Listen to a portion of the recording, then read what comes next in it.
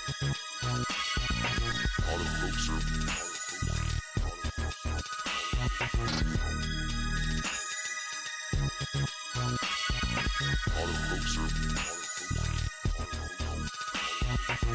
hoaxer revolution.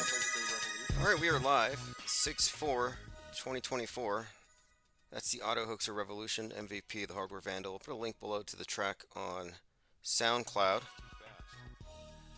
We're live from 9 to 11 p.m. this evening, open phones. Number is going to appear on the screen. Here we go, 563-999-3664.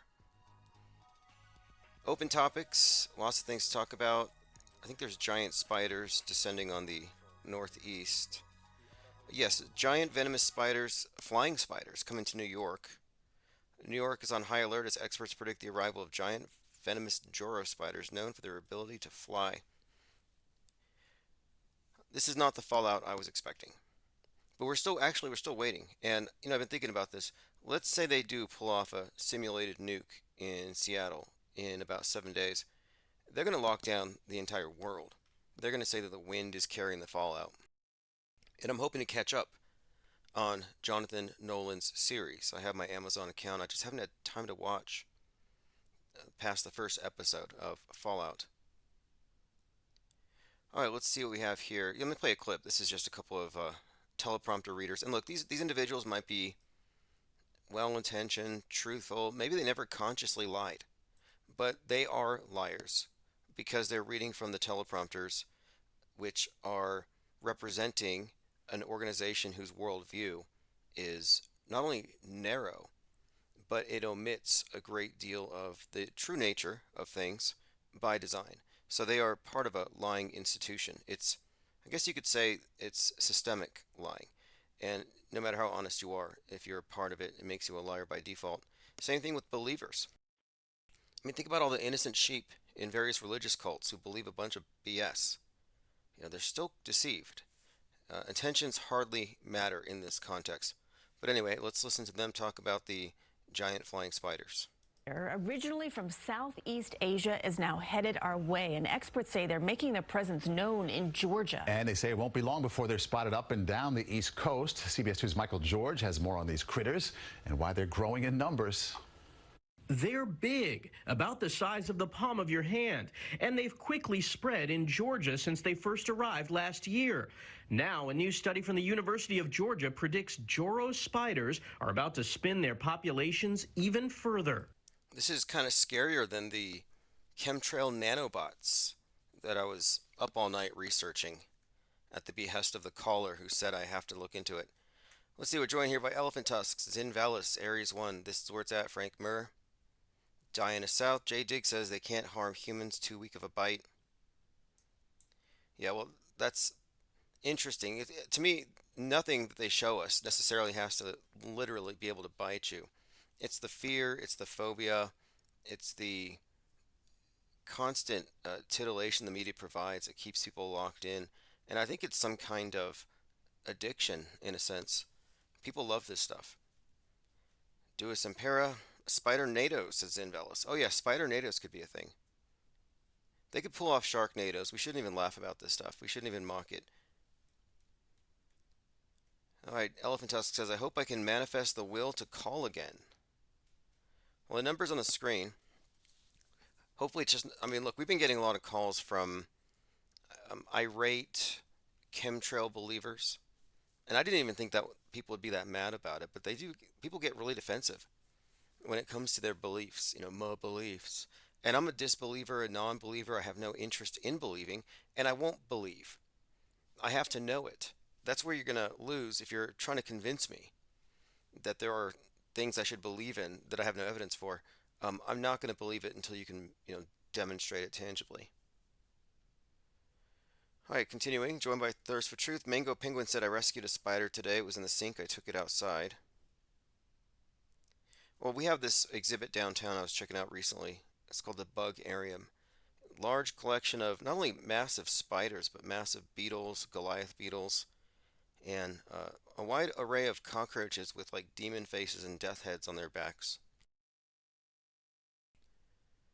All right, let's see what else we have here. Yeah, if you want to call in, call in. And when it comes to the chemtrail concept or any of these others that we debate, my only ask is that if we get into a debate, you provide your own evidence. I was out today chemtrail spotting, and all I saw were cirrus clouds. And I recorded a video because someone told me, Dave J told me. Dave J, famous for making the claim that John Benet Ramsey grew up and became Kate Perry. And I'm kind of with him on it still. I'm still on the fence. But anyway, he suggested there's no connection between what the planes are, quote, spraying and lingering cirrus clouds. And I made a video of it today. And it is true that there is no spray. And this is the trick. This is the biggest trick of all. And if you can get past this, the whole thing falls apart. The loaded question, what are they spraying? It just, there's an implication. Like every time you walk home, you get into your house and someone's cooking, do you say, what are you burning? To do so would it'd be to imply that you think they're a bad cook. What are you burning? What are you ruining? You wouldn't ask it like that. It's a loaded question. So when you say, what are they spraying?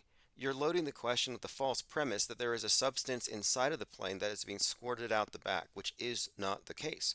And if you look at the way the trails form, they're not spraying out of the plane. They form behind it. They form behind the jets. And this thing's going how many hundreds of miles per hour?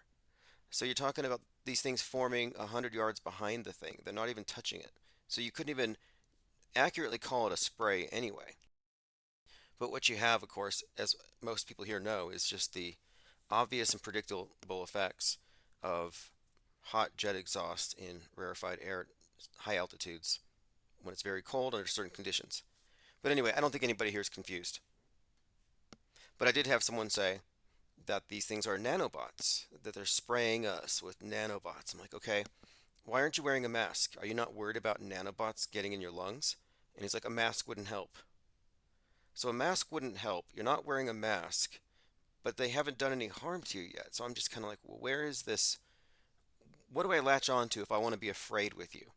You know, if I want to huddle down in the dark and be racked with paranoia, I want to get there, but I can't make that leap. Like I'm not afraid of goblins. I'm not afraid of gremlins. I'm not afraid of chemtrails. I guess I don't have that fear in me. I'm not MK Ultra. I'm not drinking the Kool-Aid. I'm not hooked on whatever they're taking at Alex Jonestown, whatever he's feeding them. And by the way, apparently the Dems were trying to take Alex Jones off the web. They had something to get him off the web in June this year, June 14th. So it was some sort of a plan to take him down. And he was also, I think it was at behest of the Sandy Hookers. They wanted to liquidate InfoWars. But I think he beat it. I don't think it's going to happen. This is where it's asked as chemtrailers are glowies. Yeah, I'll just say this. If you're going to call in and promote a belief in something fantastical or delusional, I reserve the right to label it such and possibly hang up if you're trying to hammer in an agenda. Like, this is not your target market if you're trying to recruit people into your skyphobic cult. You want to talk about HARP, you want to reminisce like 90s Art Bell about Area 51 and stuff, you're not going to find any kind of reception for that here. Like we're so far beyond that.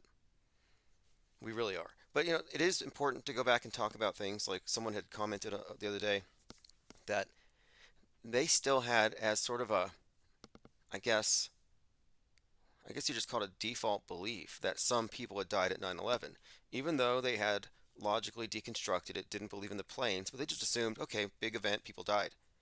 And it's important to go through and explain the case against that. And one of the things, like some people say, there's no way you could do something so big and not get someone caught up in it. It's like, are you sure? Do you realize how many drills were going on that day? And what the themes were? The themes for the drills, and not to mention that, not only drills, but the number of mass casualty actors. It's like if it was really that destructive and random, and if it wasn't just a mere controlled demolition, if you would have expected people just to have died, how come no crisis actors died? How come none of the people who were part of these massive drills died? Anyway, when you go through it, it falls apart. I had one individual who believed that there were like 10 deaths. He said, yeah, the 9/11 jumpers were real. Everything else was fake. It's like, why do you have to bitterly cling? And I'm like, they're not dead. And he's like, how dare you? I'm like corpse clutcher, like clutching pearls. Like they get so mad when you say that these martyrs don't exist. But anyway, it's all emotional appeals. And you have to be kind of irreverent to deconstruct the news. Like you have to be willing to slaughter sacred cows, break things, and not care about people's fake feelings. And look, you may have real tears, you might donate real money, but if you're pining over fake dead kids, your feelings are essentially fake. And we're doing you a favor by shining a light on it. And a lot of people just have, I guess, almost a morbid attachment to these death tolls. So nobody died, nobody cried at fill in the blank event. And if you, and one caller had, the other day had asked me, like, how do you know it's fake? It's like, it's about burden of proof. How do you know it's real? Facts. And if it's an extraordinary claim, there has to be extraordinary facts, or at least facts that support these claims. And if they don't have that, you're not under the obligation to believe it. That's the basic burden of proof thing. If I say that I saw a wolf, crying wolf, if I don't have some kind of tangible evidence, you're under no obligation to believe it. Okay, let's see what else we have here. And look, you might trust somebody once, twice, but the media has been crying wolf. Various pundits have been crying World War III for so long, and none of it ever comes true. Synchromorphia says Ziggy Stardust and the Spiders from Mars Antichrist programming. Yeah, I had considered that. Spiders from Mars. In fact, I'm glad you brought that up because about a month ago, NASA had done a report about some kind of phenomenon on the surface of Mars. This is from the European Space Agency. No sign of Ziggy Stardust, but ESA's Mars Express has snapped telltale traces of spiders scattered across the southern polar region of Mars. So I don't think those are actual spiders on Mars, but they made the Ziggy Stardust connection. And for people who don't know, that's a David Bowie character. David Bowie, I believe, is based on David Bowman, who is the main character in 2001 Space Oddity. So David Bowie, Space Odyssey. Bowie's the oddity. But David Bowie, his world stage persona, paralleled with the space program as we transitioned into the space age. And his persona, Ziggy Stardust, is important in this big narrative. That's why I think it was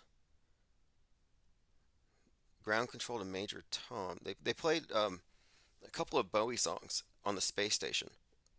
In fact, the very first music video ever recorded in space, Chris Hadfield, was Space Oddity. And then, of course, Elon Musk sends the Tesla Roadster into space with an effigy of who is essentially David Bowie, Starman. And I think the BBC was playing David Bowie Space Oddity during their presentation of the Apollo 11 launch. But there's a number of connections here that we could get into. But the main thing here is the spiders from Mars is one of those themes. And so we have the ESA mentioning it. And let me play this clip here. This is Spiders on Mars. European spacecraft orbiting near Mars captures a startling image on the surface of the red planet. You may want to cover your eyes here. Yeah, not a fan. What appear to be spiders scuttling on the ground are actually a unique phenomenon. There's good news for you, though, Erica. The European Space Agency says the small dark-colored features are actually caused by sunshine heating up carbon dioxide deposits, leading to geyser-like bursts. And despite looking small, those patches can actually be more than half a mile wide. All right. Now, this is what I would call fake. They can get you talking about spiders on Mars, pyramids on Mars, but nobody's talking about, is Mars even real? And if Mars, as described, as represented by the space agencies, is fake, then this would qualify as fake. Stage within the stage. There are so many layers to this thing we have to peel back. All right, let's see what else we have here. Diana South says, anyone check on AJ's neighbors? Steak, chicken bone, leg, bone. Oh, yes, that's right. That's right. He might have resorted to, was it his, he called himself Optimus Prime, like the main alpha. He was quoting Blade Runner. He's like, I might be the alpha. I'm the leader. I'm going to eat my neighbors. And he went into this rant about how his liberal neighbors are going to be eaten first, and that he's going to eat their, quote, asses like corn on the cob. And some of them would probably like it. I don't know.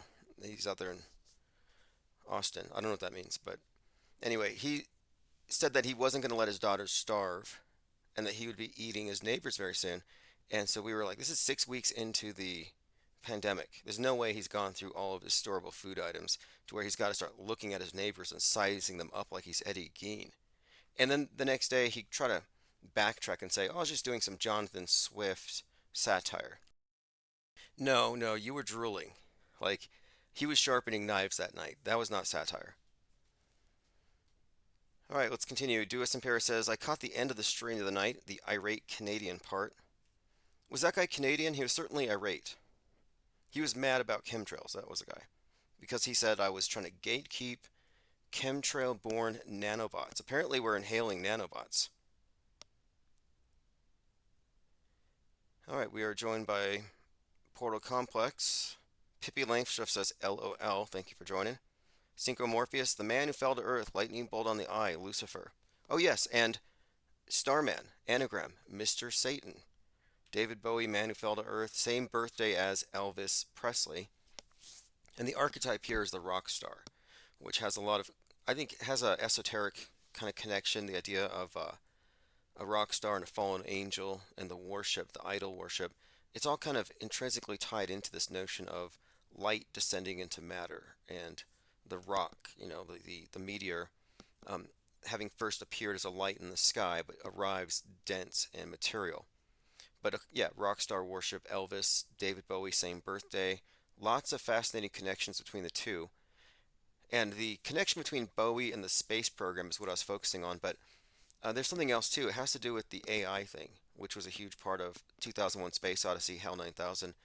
He put out a song in 1969 called Save Your Machine that had lyrics about President Joe handing over control to the Savior Machine that ends poverty, war, hunger. I don't know if you remember that. We referenced it before, but... All right, let's see what else we have here. Ted Stryker says, late here, but Alex Jones was not on yesterday or today.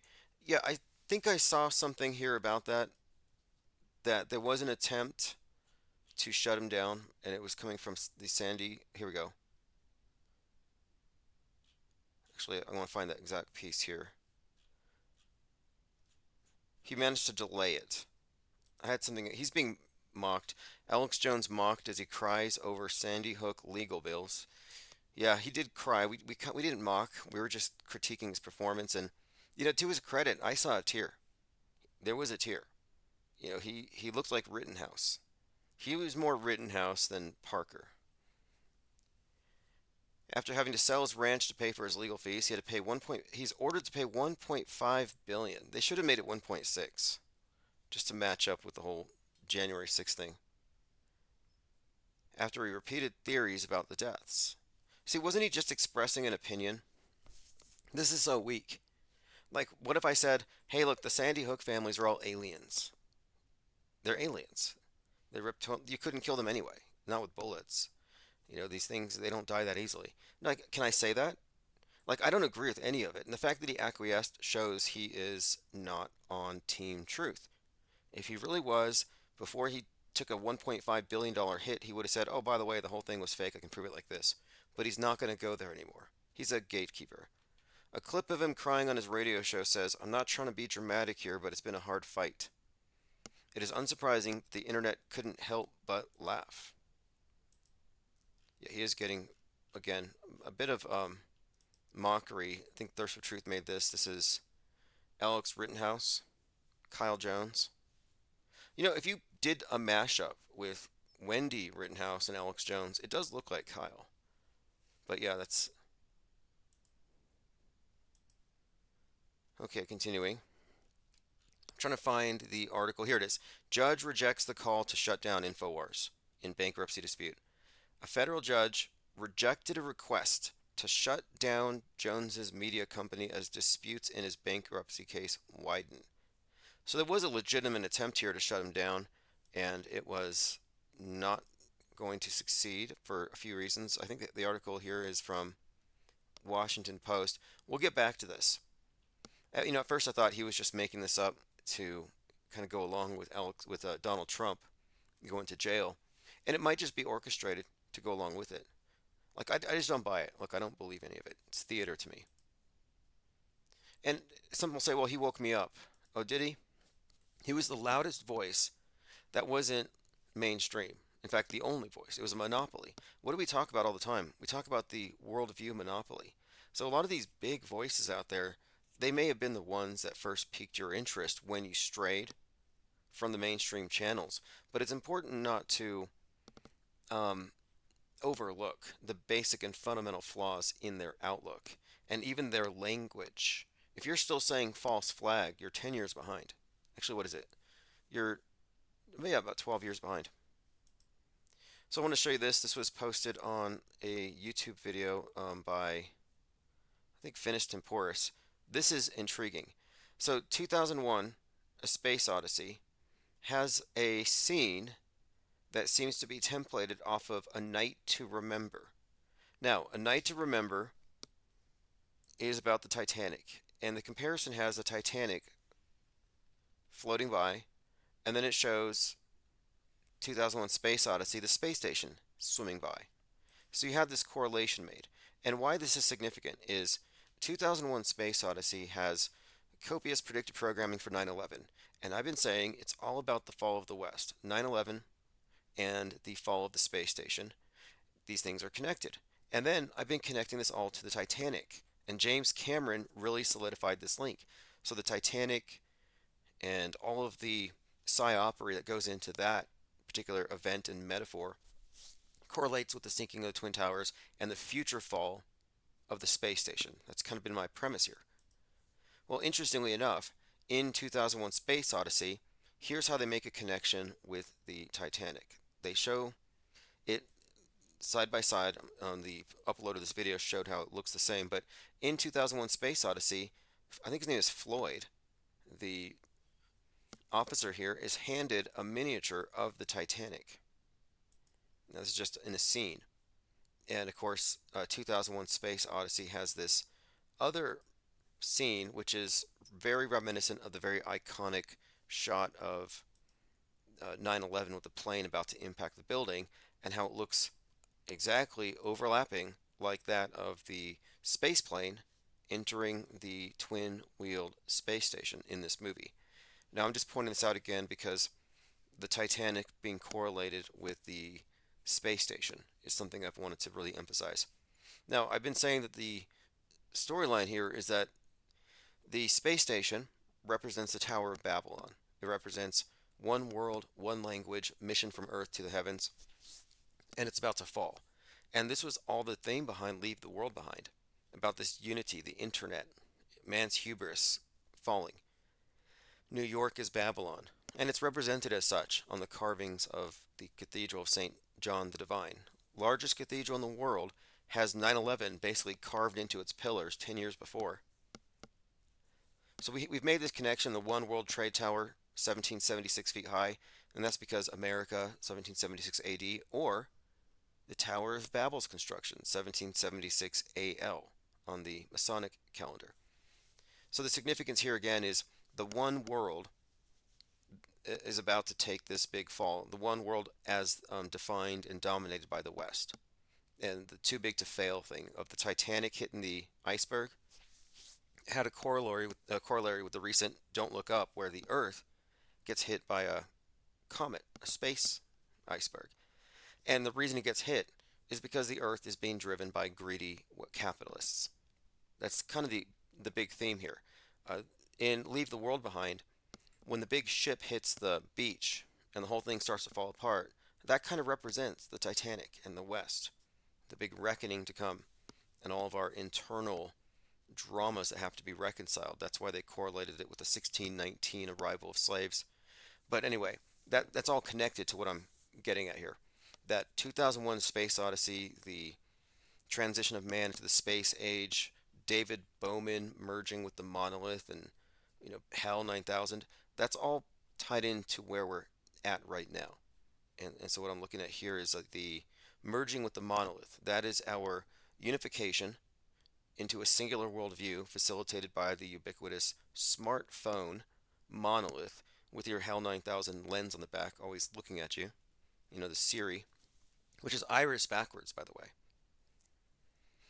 But the monolith is an important key here, the term, because of course at 9/11, which is foreshadowed in that movie, there's a scene in the movie where there's a monolith in this construction site, and it looks just like Ground Zero in 9/11 with the monolith Hilton overlooking it. There's a Hilton modeled off of the monolith. And what does that mean?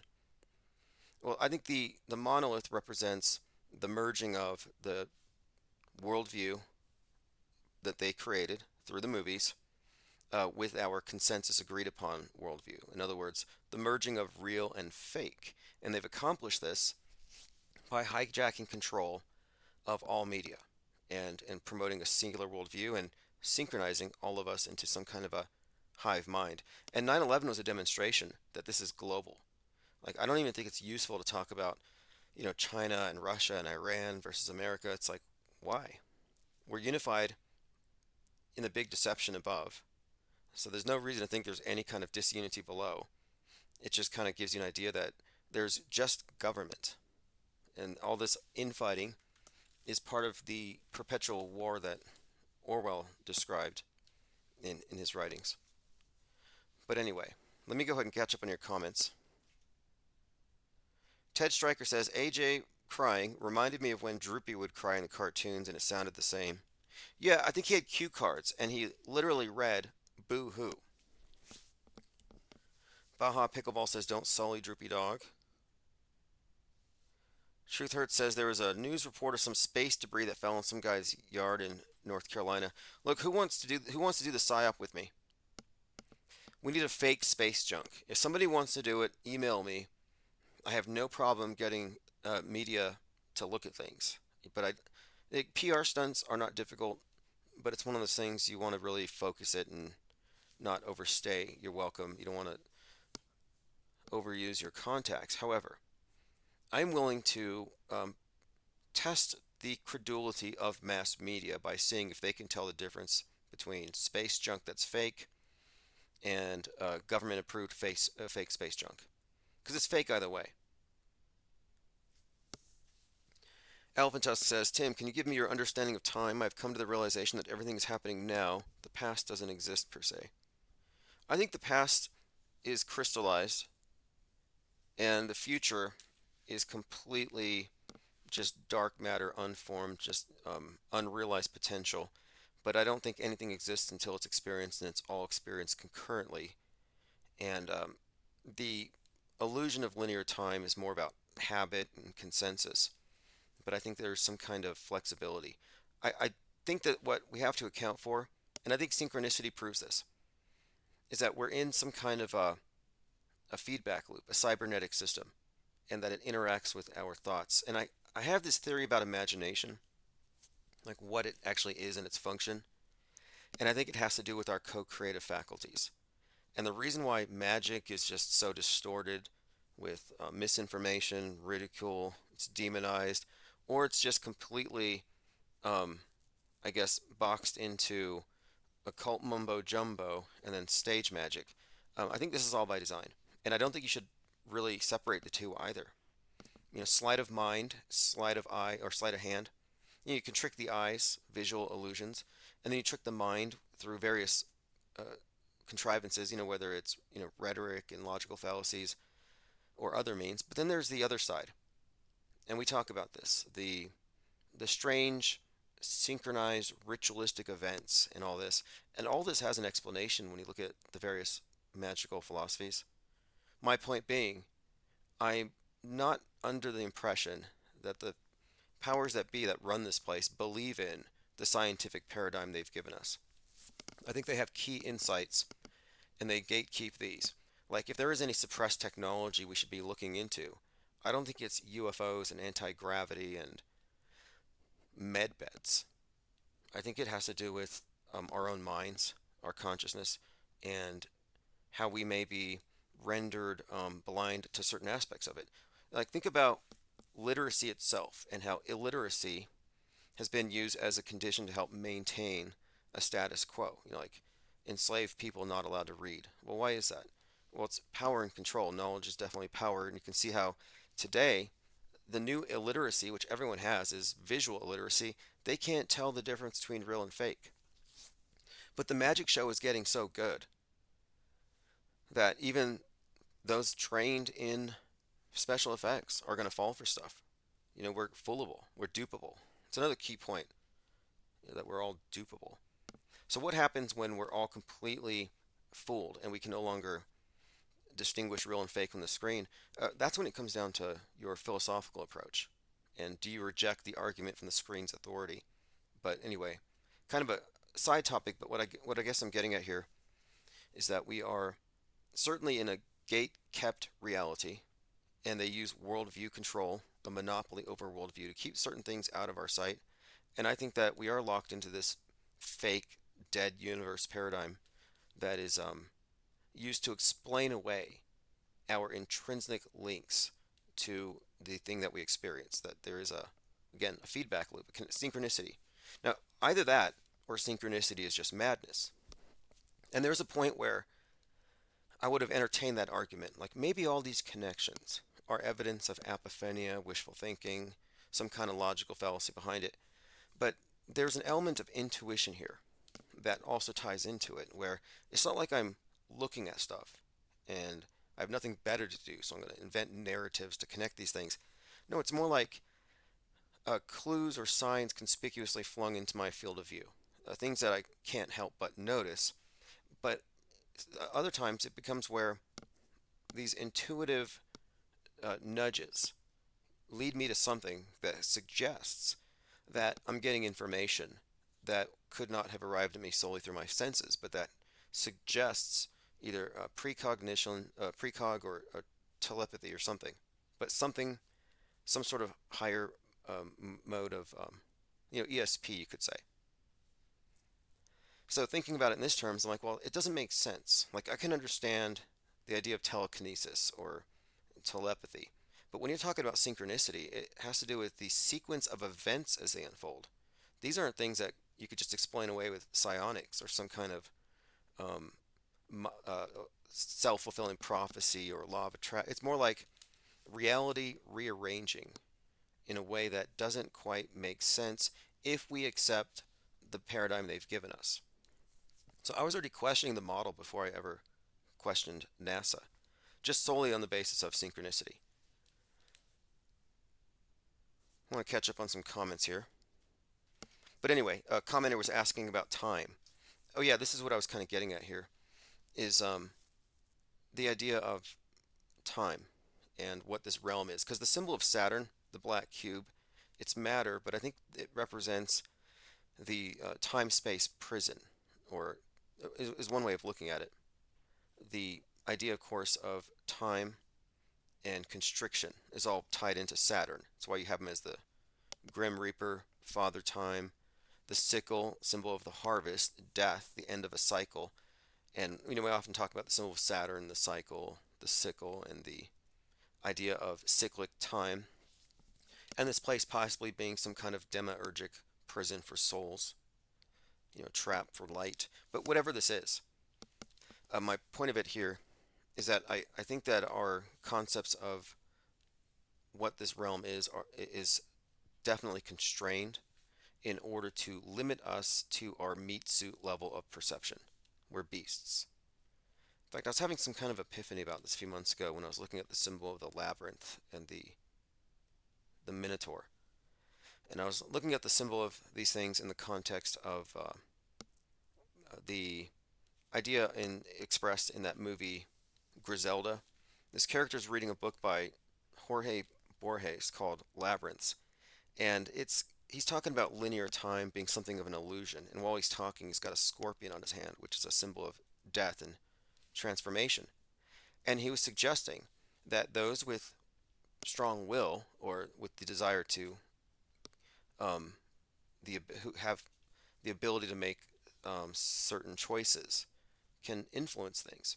And he was describing how you could achieve the more or less the improbable or impossible if you weren't constrained by everyone else's blinders. And it made these interesting points, and I was just thinking about this idea of course, choice being an intrinsic part of this. That every choice you make opens up a new path, and that when you're thinking in terms of choices and decisions and yourself guiding this thing, and that what follows next directly results what should be considered feedback. That's what I'm talking about. So if you're just consciously deciding and making decisions, and you get some kind of synchronistic feedback, if you ignore it, it would be like a bat ignoring its echolocation. But if you noticed it and perhaps acted on it, I think your ability to receive these signals would be increased. But of course, in this model that we're in, there's no meaning in the universe. Your thoughts have no bearing on what follows. So of course, you would never look down this route. But lately I've been thinking, I've never disregarded it, specifically because it's had interesting consequences or results that suggested to me that no, I'm not going to ignore this phenomenon. But I do think that this phenomenon is something that is deliberately obfuscated and ignored and even pathologized. The idea that we're all intrinsically somehow capable of accessing what you could consider to be ESP or even synchronicity in general. The idea of accessing information through or having another way to explain it. You hear that expression, when the teacher's ready, the student when the student's ready, the teacher appears. The idea, of course, here is that I've often noted that I have synchronistic events occur that seem to be an answer to what is on my mind. For example, I'm referencing the labyrinth thing, and shortly after this, I saw some other movie called Saltburns or something, and it happens to end in a labyrinth where this character kills an angel at the base of a Minotaur statue. And so I'm thinking about the meaning of this stuff, and I go out for a ride and I'm trying to figure out what the hell does the Minotaur represent? And the first vehicle in front of me is this truck, and its license plate is just ID. And so then it's just like id. So I look up id, the Freudian term, and Minotaur, and it opened up a whole lot of articles on this idea, and it kind of gave me some idea about, in other words, it was a pretty exact answer to what I was specifically thinking about. So in this instance, I was purposefully, focusing on an answer, and it just sort of prompted in front of me. So what I'm saying is the idea of when the student's ready, the teacher appears. I think information has something to do with the synchronistic things that manifest, and it has to do with like we talk about visualization, law of attraction type stuff. Well, I think it's beyond just the visual, but it's also the information itself, the content, the meaning that somehow steers probability in a way. Let me catch up on some comments here. This is where it's at. It says, Tim, have you seen the trailer for the new John Voight? He's playing Biden. Interesting. Didn't the QAnoners already say that Voight was playing Biden? They also think James Wood is playing Joe Biden. It's like James Wood. Is it James Wood or James Woods? It might be a Tim Pool effect. His nose is way too big to be Joe Biden. Okay, it's James Woods, plural. No way is that guy going to fit in a Biden mask. Let me go ahead and take a phone call here. We went off the rails. Infinite Plane Radio. Hey, what's up, caller? Hey, dude, this is Jurassic. Hey, this is Jurassic. Oh, what's up? Hey, good to hear from you. We're 7 days out, and Go ahead. there's no decrease in indication. Someone sent something to me. If you remember the Atlantic last month or 2 months ago, they had an article that had the number 47 in cash, $47, and it had a gun and like a bullet hole. And someone suggested, I think Laura Loomer, that this was an assassination threat against Trump. So this is from the Atlantic. Well, the New Atlantic has an article called What Europe Fears. And it says, Trump's new term creates anxiety. Anyway, it has an image of Trump's shadow over the globe, and it looks like a headshot with a blood splatter next to it. This just came out. So my point being, this build-up is continuing with this, this macabre spectacle they have planned.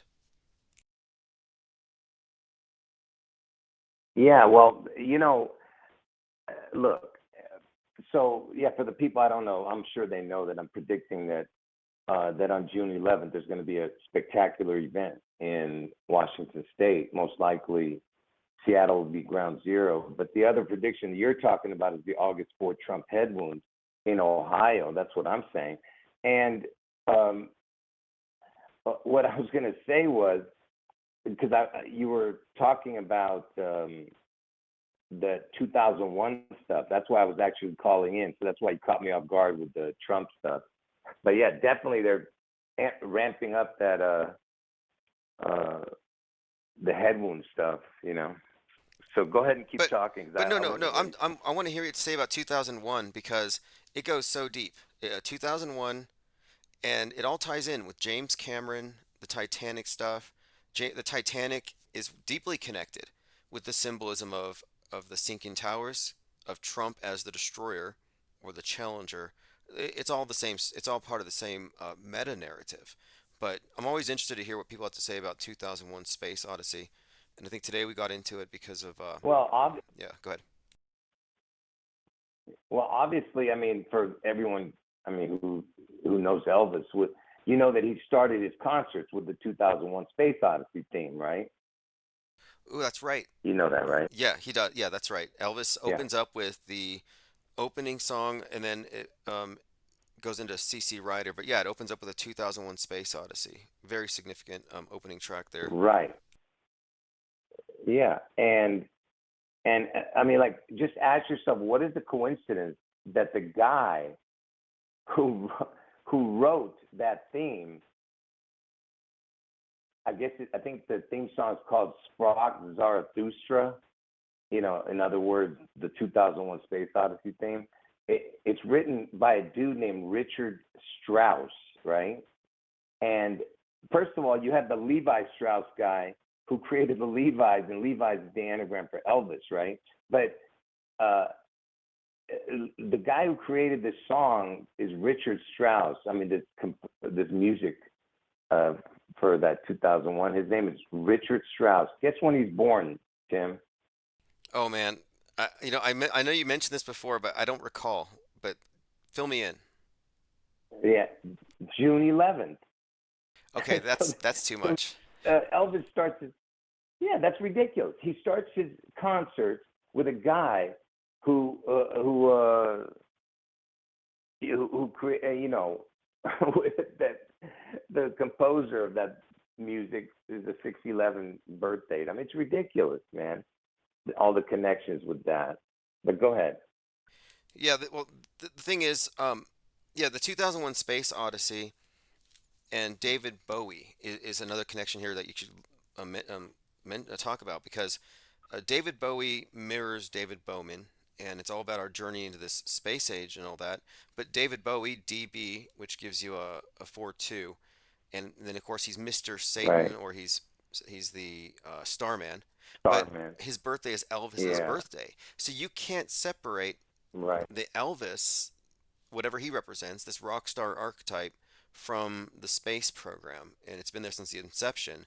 Well, who was the first rock star? I mean, I guess when I think the first rock star, I mean, he is really who really comes to mind. I mean, is there anybody else on that scale? I can't think of anybody who. I mean, you know, yeah, on the scale of Elvis, there's nobody. That's what I'm saying. So he is the ultimate rock star, and that's why the connection to Lucifer is so big, because Lucifer was a musician in heaven, and you know, obviously the fallen angel, and you know, the Seattle Space Needle. The words Space Needle equals the word fallen angel. So it's exactly same numbers. So I know you're not into the gematria thing, but it equals the exact same as Space Needle, the word fallen angel. Well, there is a point. There is a point to it. Like we do want. I'm sorry, I didn't mean to interrupt here, but like this Lucifer thing, really quick here. I think we need to mention here too, because someone in the chat said that he had the lightning on his face. The David Bowie has the lightning bolt, and the anagram. You pointed this out first. That Starman is Mr. Satan, and of course Satan falls like lightning. Right. So I think that's all also part of the idea of the fallen angel. Well, and the reason Tesla did that is because Tesla is the letters Seattle. It's the exact same letters. You just have to use the same letter twice. in Tesla. Oh, I see You that. I know see that, that. right? I see that. And I still haven't seen that movie, Yeah. the Prestige, where David Bowie plays Tesla, and then he goes into space in a Tesla.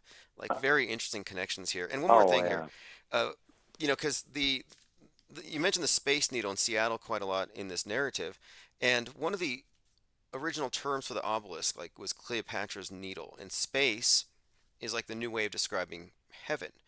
And the whole point of it here is that they put David Bowie or Starman or Elvis in the Tesla, Mhm. Seattle. They put him in the Tesla, put him inside of a rocket, and then sent him into space.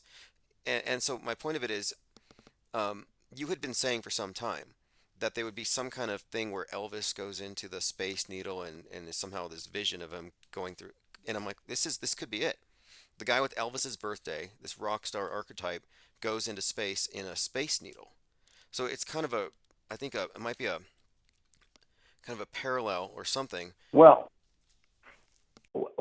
I said, listen, when I was saying that you might see Elvis's image or something, that was just one of the theories of how they might bring. Because if they tried to come up with some BS story about a fake alien, you know, some fake alien crap, then yeah. But that would be the way they would do it, by showing an image of Elvis, hovering over the hovering over the over the skies, right? But that was just. I believe it's going to be much less. It's going to be much more subtle the way they do it, which is what I was telling you, that if that part of Washington where it looks like Elvis's head, that would probably be the more likely scenario, where they just show the Elvis head that was chopped off, and they use that as the image of the the mark of the beast. You know what I mean? And name it King 42, or because it's the 42nd state, and Elvis died at 42, and he's known as the King, and over there in Seattle's in King County, that. But Yeah, but, I'm with you on this but that face thing. part, That is yeah. there. That has to be part of it. I think it's going to be more spectacular. I'm just pointing out that this thing what they did was some kind of a ritual that seems to actually be, uh, I guess, predicting or foreshadowing what you're talking about. Like it just symbolically contains many of the same elements. And Well, David Bowie. Yeah, go ahead. well, I was going to say something about yeah, David but yeah, Bowie. because David Bowie, Elvis's birthday, and the whole going into spacing, and everybody was looking. I'm like, what the hell is this? Some kind of bizarre stunt? And I think maybe it had some deeper meaning. What, you know what I mean? Well, David Bowie, the David Bowie connection, um, with the lightning bolt. Obviously, that connects to Elvis, because his whole motto is the lightning bolt with the TCB, taking care of business. Logo is the lightning bolt. You know that, right? Oh, that's right. That's right. In the movie, they show him first as a kid with a lightning bolt on his chest, and then they show him as like late teens working at that electric company, and it has the lightning bolt, and then later TCB. So the lightning bolt's been a repeated theme with him. And one more Yeah, thing, yeah. he had that way before David Bowie. He had that before David Bowie. But go ahead. Oh, sure. No, no. It seems to me this is my thinking here too. Is that perhaps the way this thing works is that maybe post Elvis, Bowie was still there conveying a lot of the same messaging as others have as well. Even there's this pretty well established conspiracy theory on Rolling Stones about how the mantle of Elvis was carried by Bowie and is moving on to Ye of all people. But this idea of this whoever's going to fill his this particular role. But anyway, in the Tesla Roadster, it had the "Don't Panic" on the dashboard, Uh-huh. and "Don't Panic" Mhm. is from the movie, well, from the book Hitchhiker's Guide to the Galaxy, and that's about this supercomputer in the middle of the universe that says the meaning of everything is 42. I don't know if you followed that Right. movie, or a book, but just another example here. Well, I mentioned that, but I don't know nothing about the movie, but I mentioned that many times. Yeah, the 42 connection. Elvis died at 42. Washington's the 42nd state. But go ahead. Yeah, precisely. And then of course, what I wanted to get to, because you often talk about gematria, and you pointed out certain codes. like the Seattle Sea attack or Muhammad attacks, Muhammad Atta. And one of the things that I've consistently seen is 4-4 representing like a double cross. Same with TT or XX. Right. All of these things seem to be repeating this, but 4-2 specifically creates the symbol of Saturn, or in other words, like the four is the cross and the two.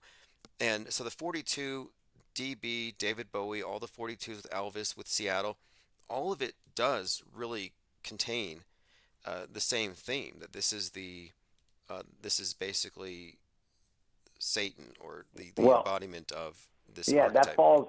Yeah, that falls kind of what you're talking about with when you're talking about the 4-2 and the falling, because that guy who stole all that money and jumped out of an airplane was DB, which is 4-2, DB Cooper.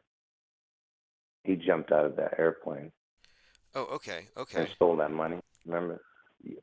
I'm just saying, you're talking about DB. That's why I was saying the 4-2, David, and falling like lightning. You know what I mean? Like falling from space.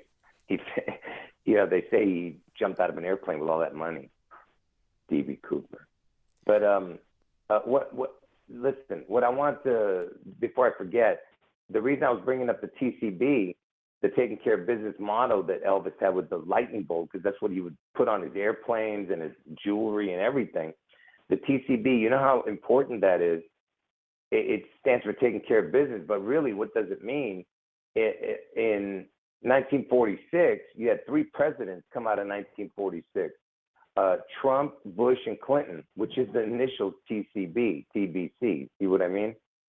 Oh It's yeah, oh Trump, yeah. Bush, and Clinton, all from 1946. Yeah. And you have the lightning bolt, and then you have the Obama connection, because Obama is like, lightning falling from heaven nonsense, whatever the hell. His name means lightning from heaven or Yeah, something. Barack, Barack Barack. Obama. That's right. Yeah. Yeah. But yeah, Obama's like the third wheel in this charade, because they have to have him connected to this, because of his name, because of his birthday. So he's a really important part to this charade. But really, it's Elvis and Trump are the Janus God, the two-faced God. That's what it's all about, really. It's the twin, because Elvis's identical twin was sacrificed at birth or died or whatever. I don't know, but Trump is the replacement twin for that. For For that people who don't dude. know, the Trump But go twin ahead. stuff, the twin stuff with Trump goes way back. If you just did a search on Trump twins, there's just numerous skits on SNL, that and other things where they're just constantly repeating this theme of Trump and twins, and he's Hmm. intrinsically tied to the whole Twin Tower story, and that goes back. But as far as the Obama thing, he is a key player in this for a few reasons. One, his Leave the World Behind, that's an Obama movie, has a specific reference to the JFK assassination. The release date, 11/22, takes place in zip code 1968. But the recent movie I watched on Netflix, A Man in Full, is totally about Trump. It's a Tom Wolfe novel, but they made it about Trump. And he's essentially taken down by a character who's 100% based on Obama. And of course, the Trump guy dies at the end, just like he died in Civil War. They're constantly killing him, but they made it really clear that his downfall was precipitated by the Obama character. So this is a reoccurring theme, and I just saw it there again. Well, which also connects to Obama raising Trump from the dead, with the Mandela connection, because Mandela was created during his presidency, right? And everyone thinks that stupid Nelson Mandela, was brought back from the dead, right? And which we don't believe that. I mean, I don't believe that, or none of us. I don't believe in the Mandela thing. But during Obama's presidency, you had the Mandela being brought back from the dead, and then on January 8th, 2011, during Obama's presidency, he brought Gabby Giffords back from the dead, as she had the head wound on January 8th, 2011, and she was in some kind of coma, and then she opened her eyes as soon as Obama went and visited her. 2 minutes after he visited her, she woke up. So he brought her back from the dead. and that was on January 8th when she got shot in the head.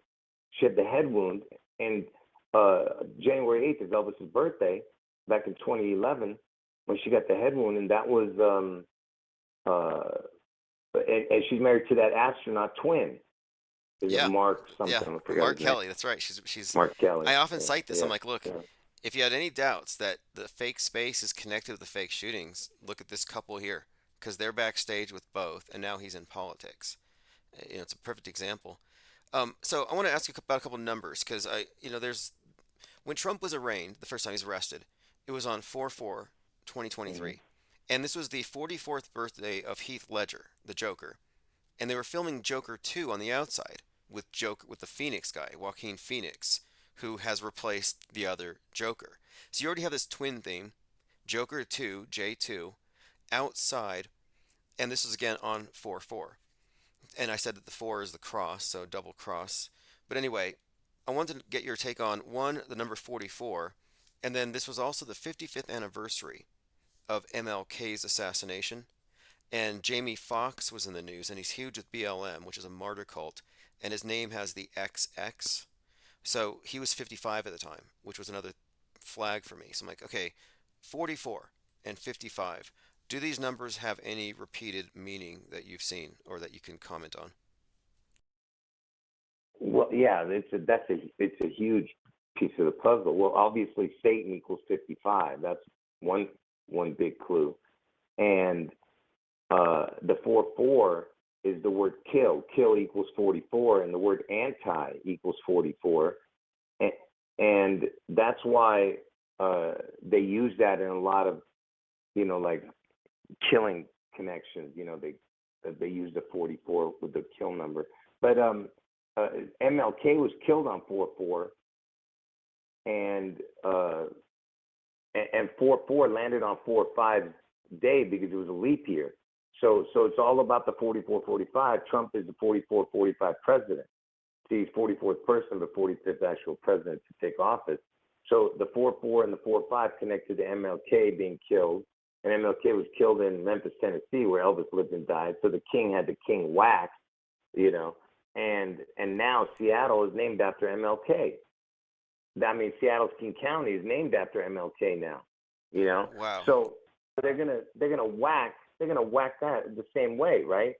And 4/4/45 is the 94th, 95th day of the year. So when he was killed on 4/4 in a leap year, it was the 94, 95 day of the year because it was a leap year. So right now, MLK is 95 years old. That's why this is the time that has to be done, because they whacked him on the 95th day of the year, and now it's he's 95 years old now. So there's the big connection to that. Okay, this is good because a couple of things. Right before MLK's 55th death day anniversary, when Trump is in there on 4/4, uh, Jamie Foxx was supposedly he died and was raised from the dead. That was one of the stories there. And then later he shows up and they cloned Tyrone. And I found some connections, the idea of cloning and resurrection between Tyrone and Trayvon Martin and Tyree and Hiram of Tyre. I was making all these connections, and at this time they said the sun had a chunk fall off at the 55th latitude, and the sun is a symbol of like the crown. So I thought headshot. So this build up here to the story, and this is right after Tyree Nichols was beaten and killed Rodney King style. So you have the King brought up there as well, Rodney King. And by the way, the Rodney King beating was partially filmed by James Cameron when they were filming Terminator. Another side connection. But anyway, so you're connecting 55 with Satan, which is fascinating because I've also suggested that MLK is Moloch, another Satan reference. And then one more thing, Elvis Well, here's had the go ahead. the Colt 45. Didn't he bring a Colt 45 and show it to Nixon? Or no, Nixon, he gave it to Nixon? Yeah, he gave it to Nixon. No, he gave it to Nixon. Yeah, he gave the 45 to Nixon, and well, I mean, it's a long story, but just before I forget, I just want to make sure I mention this to you about the 55. And 55's reverse number technically would be 45 because 55 plus 45 is 100. Because 100 is kind of like the reset. So 100, 1,000, because it's 10 intervals. You know what I mean? 10, 100, 1,000, 10,000. You get what I'm saying? Yes, yes. So it's like the when you get to complementary. 100, Yes, yeah. yes. So 55 would be 45. So that's why 45 connects to the 55. But anyway, so look how perfect this puzzle is. So if Satan is 55, right? What does he need to get to 666, Tim? What would Satan Oh, need if 611. he's 55? Yes, there you go. 611 plus 55 is 666, right? And what's my two predictions, Tim? 611, Seattle gets it, and Seattle is, of course, oh, so it's intrinsically tied into the whole King narrative and Elvis, and then 8-4, of But what's course, the other? What's 8-4, the other one? What's the date? 8-4, the headshot of Okay. Trump, So which is the 216th day of the year, which is, of course, 6 times 6 times right, 6. But right. So you have the 666 connection to that August 4th, even though it's a leap year, it's 217th day, but it still connects to each other. But 611, you need 611 plus 55 makes 666, right? And guess how many days is in between 611 and August 4th? I'm not sure. I'm willing to guess. Just tell me though. I'm thinking. I have it circled here. 55. Yeah, it's too 55. perfect. 55. If you add the day on the calculator, it's 55. So it's a perfect puzzle, Tim. And remember, I didn't know any of this stuff when I was making the prediction. That's what I'm trying to tell you. It's supernatural, man. You can't make this stuff up, you know? You know what? It's so integrated and undeniable. That's why I'm so immersed in this stuff. Like, I see Trump walking around with the literal 9/11 on his head, and it's all just code, obviously, the 4547, and this thing building up. It's got to be the psyop of the millennium. Like whatever they're about to pull, whatever they're gonna do. And then there's another thing here, John Hinckley. So recently we've been talking about how Robert De Niro's hanging out outside the Trump trial. De Niro was in the Joker movie where he gets shot on TV. I'm like, that's an interesting connection right there. Well, it turns out the Joker movie is based on the Taxi Driver, where he's pretty much an assassin. And so here you have De Niro, assassin, headshot, Trump trial, all connected with the Joker theme, which is already connected with Trump, and the martyrdom of MLK because of the 4/4 2023 thing. And then it turns out John Hinckley, who shot Ronald Reagan, was inspired by Taxi Driver. And John Hinckley's birthday, of course, is the same as JFK's, May 29th. So on the world stage right now, you have this narrative that even integrates just by bringing out De Niro onto the world stage, this whole John Hinckley shooting the president, Taxi Driver, Joker stuff. Like this is, I see why you would say supernatural. I mean, it is certainly just nearly incomprehensibly complex, but at the same time, you can follow these threads and like, okay, this is a rather intricate meta narrative. Yeah. And the Joker, by the way, you bring up the Joker. The guy who played the Joker, what's his name? Joaquin Phoenix.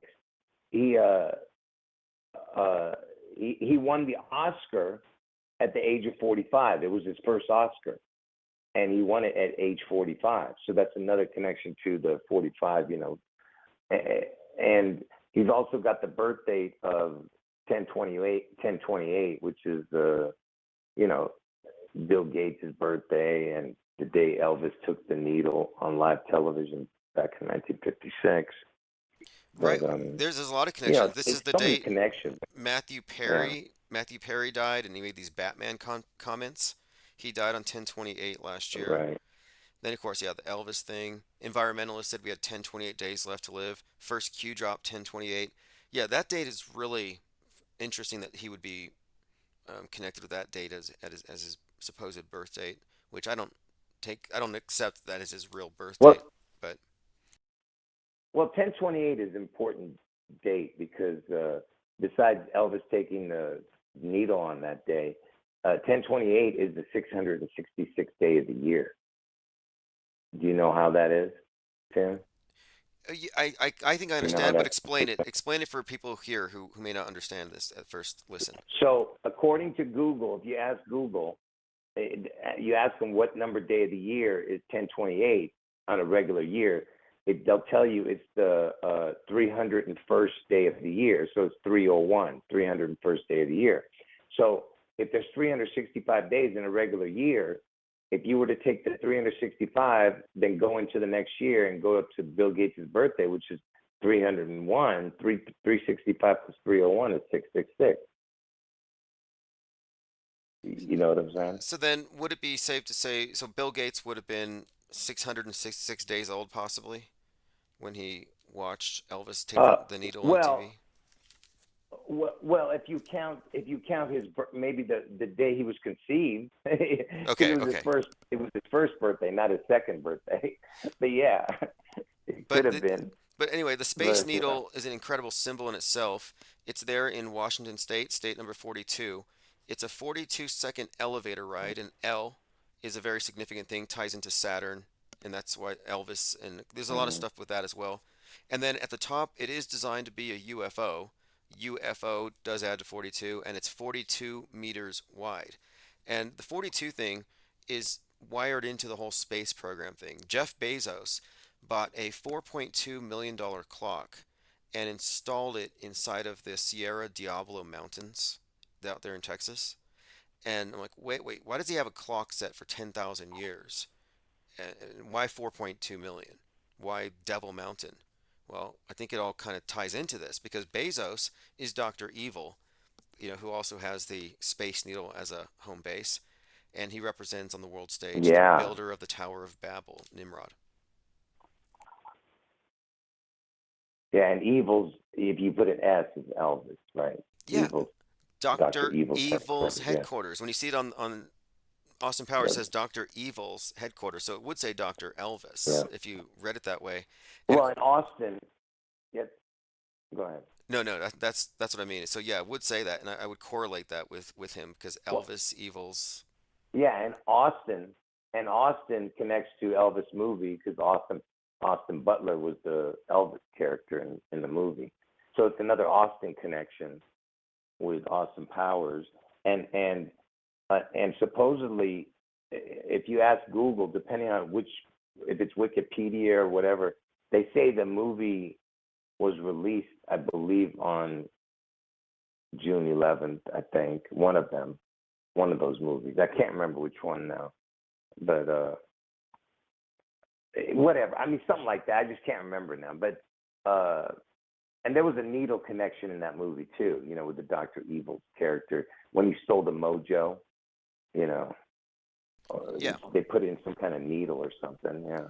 Well, there's a whole lot of connections between him and even Anton LaVey, and Anton LaVey is sort of an anagram for Leviathan, and they are at the West Coast and they pray to Leviathan, and this is all, I think, also connected to Eliphas Levi, who gave us the Baphomet thing. But Leviathan is a kraken, beast of the sea symbol, which you've often correlated with Elvis as well, and this also ties into the all the predictive programming for the nuke and the Hmm. destruction of Seattle, or even James Cameron. James Cameron being at the sunken Titanic on 9/11 in a submersible called the Challenger. He may as well have called it the Terminator because he was symbolically witnessing the destruction of the Twin Towers or the destruction of the Tower of Babel. That's what he was playing on the stage right then. And the Revelation 9/11, which corresponds to this, talks about the destroyer in the abyss. And he was filming a movie called Ghosts in the Abyss.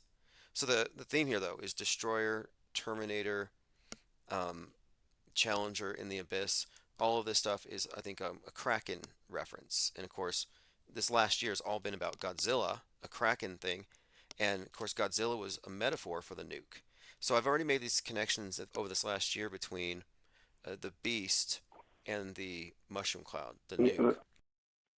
well, Well, let me ask you this. Well, so if you, I know you don't believe in God and stuff, but you believe in some power, but you don't understand. I mean, you don't know what it is. But listen, what I want to ask you is, if you believed, right, and you believe that there is this devil, what would the devil come as if he was going to appear? I'm just saying, if he wanted to make the people love him and worship him, what would he come as in the kind of world you're living in here? Don't like make up your own world. I'm saying the world you're living in right now. Right, right. Um, I think that it would be probably the safest thing would be the rock star route because it's not as polarized as a politician, for example, who has a lot of sway over people, but you could have universally loved rock stars. And so the idea of the devil or Lucifer appearing as a rock star, symbolically and otherwise, makes a whole lot of sense strategically. Yeah, and that's what Lucifer was in heaven. So that's what I'm saying. He was a musician. That's how come he was able to, because he does things with frequency. And I don't know, I don't get into all that frequency, that new age stuff. But I'm just saying, uh, the according to what the Bible says is that he was a musician in heaven, and he was able to, like the Pied Piper, the pee, which I always tell you about. But the he was the pee in heaven, the Pied Piper, and he was leading all these angels astray. Because they actually thought he was God because he was so beautiful, and his music, he oozed music, and whatever was coming out of him was just so beautiful that he was able to bamboozle them, everybody, and that's exactly what Elvis did here.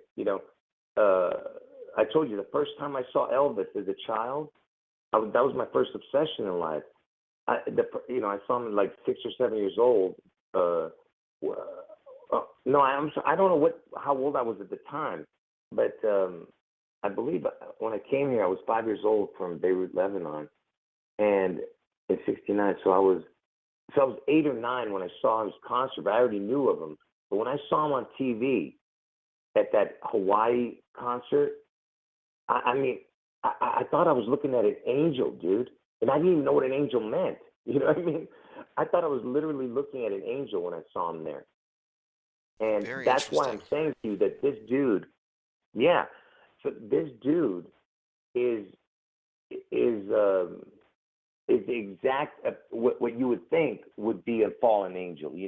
When you consider that Lucifer, the guy who plays Lucifer right now, who just coincidentally is 45 years old, that guy who played Lucifer, Tom Ellis, sounds like Elvis, you know, and he's 45, and he's a musician, and he's a wannabe cop, and Elvis was a wannabe cop and a musician, you know. Let me bring this up because you mentioned Pied Piper, and I've been talking about Dr. Evil, the Tower of Babel, and the symbolism of the Space Needle. And interestingly, the One World Trade Tower looks like a big syringe, a big needle. A lot of people have remarked on this. But while it was being built, Mhm. it was a big flute, and the wind going through it was causing these sounds that people said it was the ghosts of 9/11, which is kind of funny. Ghosts of the Wow. Abyss was the documentary that James Cameron did, the ghosts of 9/11. But anyway, the thing was literally a flute. Well, it looks like a big syringe, and the word syringe comes from the Greek word syrinx, which is Pan's flute. And so the idea of Pan and Wow. panic is all tied into this. And the rock star goes through the space needle, the rocket into space, and it says "Don't panic" on the dash. Well, panic, of course, is derived from this god Pan, who's a god. Hmm. Anyway, my point being here is that the the idea of the syringe and the flute and the pipe, it's all kind of just like fascinating how it's all sort of correlated here. But as far as Elvis and the embodiment of a fallen angel, El, the Elohim, the whole idea of Saturn in the symbolism that they constantly show us, the man who fell to earth, Mr. Satan, it's all tied into it. And it might be hard for people to accept it. It's like, well, what would you expect if the devil was trying to synchronize everybody around a single icon? How would he present himself? for something to be ubiquitous. It certainly wouldn't be with Well, horns like Pan. It would be something a little slicker. yeah, but also my whole point is, what person out there can get everybody to follow him? There's nobody. There's not a single person on this earth that everyone's going to like, right? So obviously there's a target audience that he's going after. You know what I mean? Because not every person is going to, but everyone will bow down to the mark because they have to eat, and you know what I mean? That's the whole idea of the people who bow down. But what I'm saying is, it's a target that he's going after. It's not about who's going to like him or not like him. They just take the mark anyway, because they don't even believe anyway in God. Most of the people anyway, they don't believe in the Bible. I'm saying, but what I'm saying is that there's nobody out there, because half the people hate Trump, half the people hate Obama. So you have half there, you know. So so who's out there that could be the Antichrist? Nobody likes King Charles.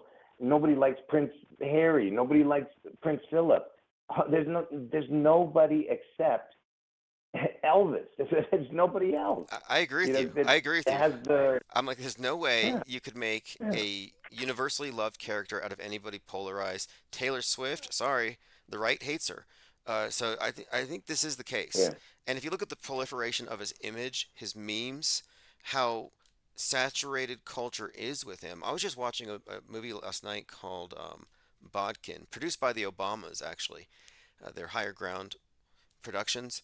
And there's this diner owner who basically dresses like Elvis. They call him something Elvis, and he's kind of evil, but he's one of the characters. And I'm like, Elvis is everywhere, is what I'm saying. And I was looking it up, and it turns out that the most requested photo from the National Archives is the photo of Elvis and Richard Nixon shaking hands. Kind of strange. Wow. Yeah. Yeah, it's crazy. But and also in Israel, you have the gold statue of Elvis. Now, you explain to me, how does a 16-foot statue, a gold statue, go to Israel? Because they consider that holy land. So why is that? Why do you have a 16-foot gold statue of Elvis? No other gold statues in Israel. Uh, Netanyahu had a gold statue for one day and they tore it down.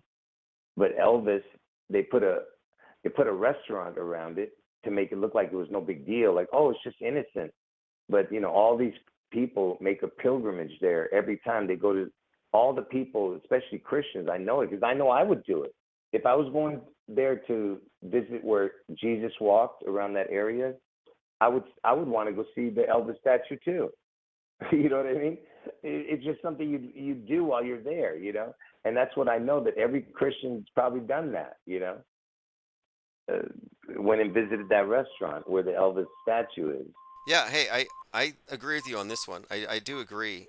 And we're talking about, 'cause I look at this in terms of just, if I was an anthropologist coming in from another planet or whatever, if I was an anthropologist and I looked at this situation, I would be like, okay, well, this person is obviously very prominent. They all seem to worship this person, and they all kind of, it's like you would make this conclusion that this is how we're wired as a species around these particular icons, and he fits there. He is a god in every sense, but a god of what, and what does he represent? And that's kind of a fascinating take here. And if you're the 611 thing, okay, so if you're right in your take on this, you're suggesting real Uh-huh. death, real destruction, world changes, not just another psyop. Am I correct? Well, the reason I say that is because, unless you believe that that everybody moved, I'm just saying, how are they going to make it fake? If the only way they can make it fake is if they say ahead of time and they clear it out. Like, you know what I mean? Like they say, oh, there's a hostage situation. They have nukes in the Space Needle, and they clear out the whole area and give everybody 2 days to leave the city. You know what I mean? That would be the only way they could. How are they going to fake I'm saying it. No, I'm saying I know if what you I see know. the whole I place know. I've been thinking the destroyed. same thing. And by the way, the $100 Yeah. bill If you fold it up, like 9/11's on the 20, the $100 bill has a space needle Uh-huh. on the back with an explosion above it. And it got me thinking EMP or maybe something in the water. I could see something happening from a theatrical perspective, but hypothetically, Yeah. um, I don't know how you would fake something Hmm. on that magnitude because, I can understand 9/11 as a closed set. I don't know the scale of fakery that would be possible with regard to this, but we're going to find out in less than a week. Yeah. Anyway, I'll call you again because I wasn't prepared. I was just calling because of that 2001 Space Odyssey thing, and um, anyway, I just find it interesting because I told you that uh, Elvis had an identical twin that died at birth, right? And uh, and the word twin equals 66. And from Elvis's birthday, the day he's born to the day the twin towers fell was 66 years exactly, right? And um, what's interesting is the word twin, it equals 66, and the reduced number is 21. It's 66, 21, 87. But check this out. If you add up all the numbers between 21 and 66, it equals 2001. So it just, and it fell on 2001. You get what I'm saying? And it's connected to the twins. So that's what. So I thought that was interesting. I know nobody's going to understand that unless you see it on paper. I, It's I too think hard to follow. I do I think mean, just a lot of people here do understand it. I mean, Twin Pines is one of the main things we talk about with the Back to the Future stuff. And I have a few theories about what this all means on a few different levels, but I think it's highly significant that the towers were 33 years old and they twins and 66 combined, but they tear them down, replace it with one. This is like it's alchemical. There's political aspects, but it's also telling this meta narrative about the sinking of the West. And now we have this other element with Trump, who is easily the most predicted character on the world stage right now in terms of predictive programming. Like he and Elvis, there's certain key figures. He's been there before he ever really took such a central role. But anyway, yeah, definitely call back. You always have a lot of great yeah. information, Well, and I'm sure. I mean, by the notes I've yeah, taken, you definitely always do here. So thanks for calling, and I have a couple other yeah. callers lined up here. All right, have a great evening. All right, bro. Sorry about that, man. Go ahead. No, Go ahead. awesome. We're happy to have you call in. Take care. Bye-bye. All right, All right, and bye-bye. if somebody has a link to his channel, spam it in the chat. His lives are often deleted, so if you don't want to miss his live streams, you want to watch them live. Infinite Plane Radio, hey, what's up, caller? Thank you for holding.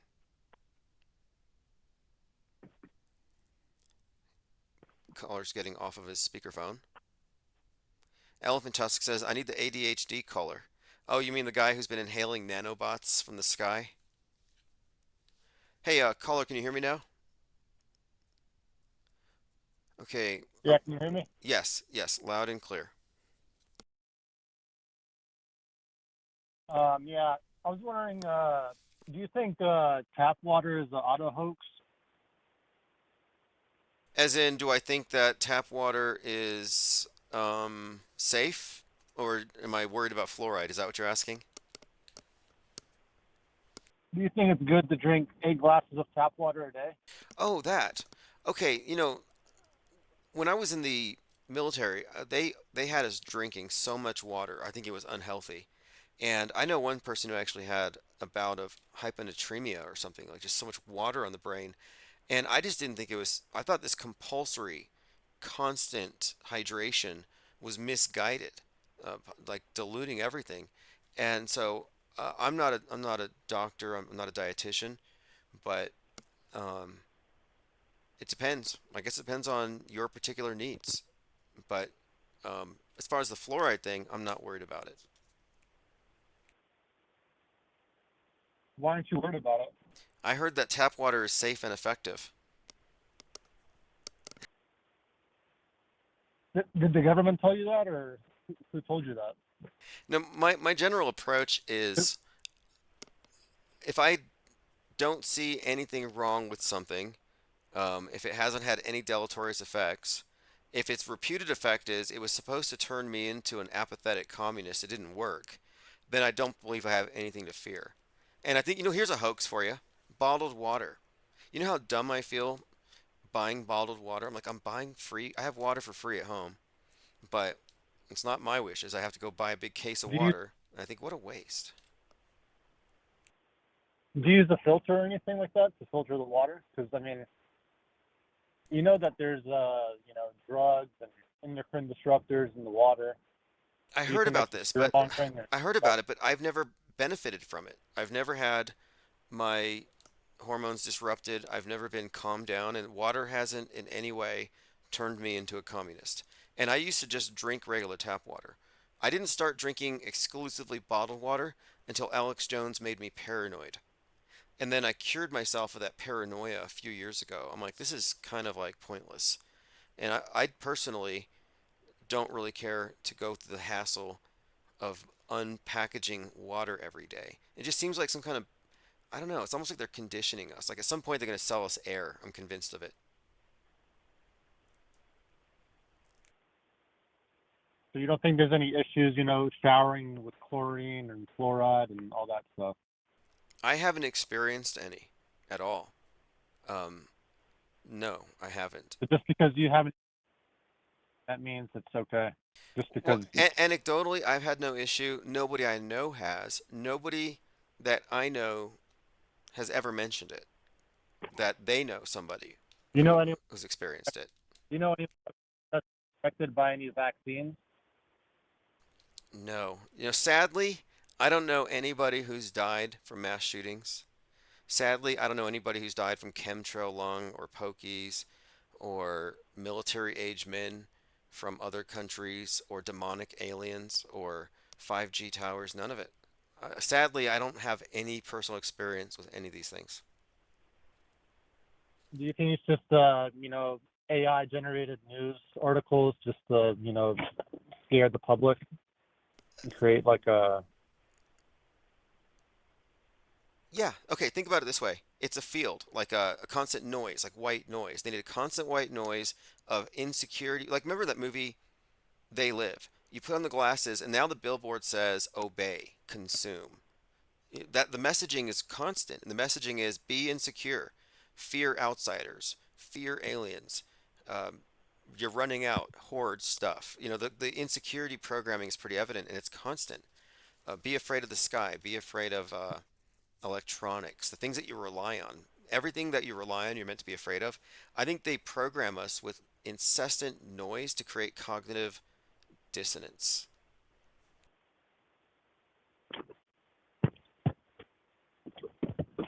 And here's the thing. Here's the but thing. there's By unplugging from the fear, you don't, well, what happens? I mean, you're not taking any actions proactively. No one else is. There's nothing you can do. But if you cease paying attention to the fear, what's the worst that can happen if there haven't been any observed effects? Well, you perhaps maybe prevent yourself from catching any kind of psychosomatic side effect, possibly. right. Do you think there's any issues with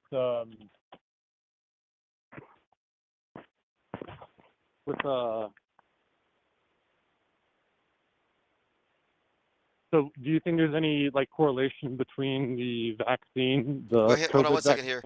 vaccine and You that? know what? Here's one thing I got to talk about here. Is the I'm anti-anti.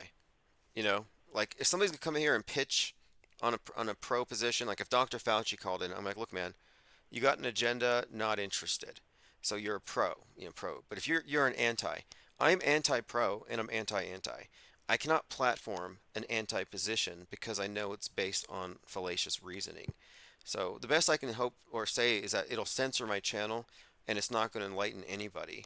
And you're not even preaching to the choir because nobody here takes the reflexive knee-jerk anti-position, which is not a truth position. It's a truther position. Big difference. No, there is no correlation. There's nothing to fear but fear itself. I'm surprised the QAnoners haven't used that because that's a JFK thing. It's like the only thing they should be listening to right now, but they're a fear-based cult. But anyway, yeah, I'm just trying not to get censored to allow somebody to spout some stale old uh, fear porn talking point.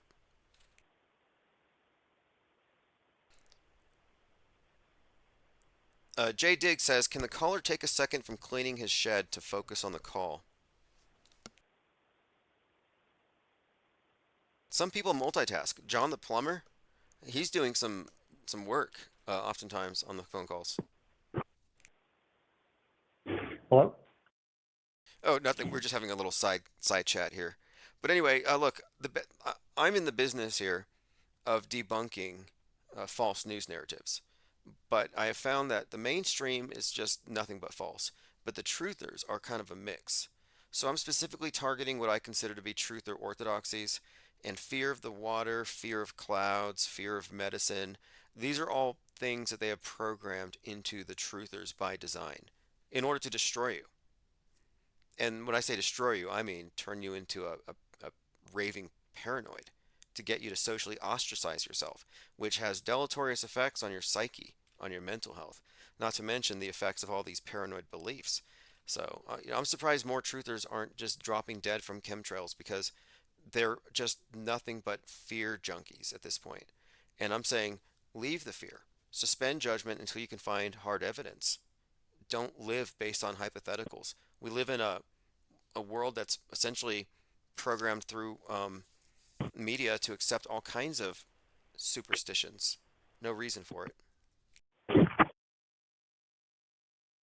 So you don't think there's any correlation between any vaccine and Okay, look, I'm autism? sorry, but look, man, I don't talk to feds. Sorry about that. No, no, I don't. No, I don't. I wish there was. Honestly, I wish there was. I wish there was. Then the half the world would be a quieter place. There wouldn't be any lines. There wouldn't be any traffic. There'd be so many empty homes we could go loot. Like it'd be a different world. It'd be a period of chaos, but yeah, sure. I wish it was true. I wish all your worst fears were true, and they're not. Just a bunch of feds getting paid what minimum? What do they pay you to call into shows like this and try to pitch some, claptrap ancient alt news propaganda? Like nobody cares. I don't care. How's that for an answer? I don't care. I don't care about your needle phobia, your sky phobia, your failed Vaxageddon prophecies. It was all useless bullshit, and you had your feelings plugged into this. Scared for years, emotionally attached to this issue. Like I'm trying to save the world, and nobody cares. They're censoring me. And then 4 years later, near 5 years later, nothing's come true. You've wasted all that time, and all you're doing is propagandizing late at night to people who don't care. Like you're an echo chamber of one. Like literally nobody cares. Let's go through some comments. Mango says books aren't really read as much anymore. No, actually, the number of pages read is at an all-time high, but a lot of it is digital. Audiobooks is huge. Literacy is up. And from my perspective in publishing, like this is a golden age. It really is. And lately, I have seen, maybe it's a trend, but I have seen a lot of people carrying around books. And I make it a point to carry around analog books because not just the EMP thing, but because the internet is shallow. And you know what? People are starting to rely not just on search engines, but AI, which is a distillation of approved facts. I'm like, wow, it's another layer of filtering. So I think it's like we have to go deep. That's why I call our reports the IPR deep dives. The emperor penguin is the deepest diving penguin, which is kind of one of our symbols here. Let's see how they can dive. It says here 500 meters.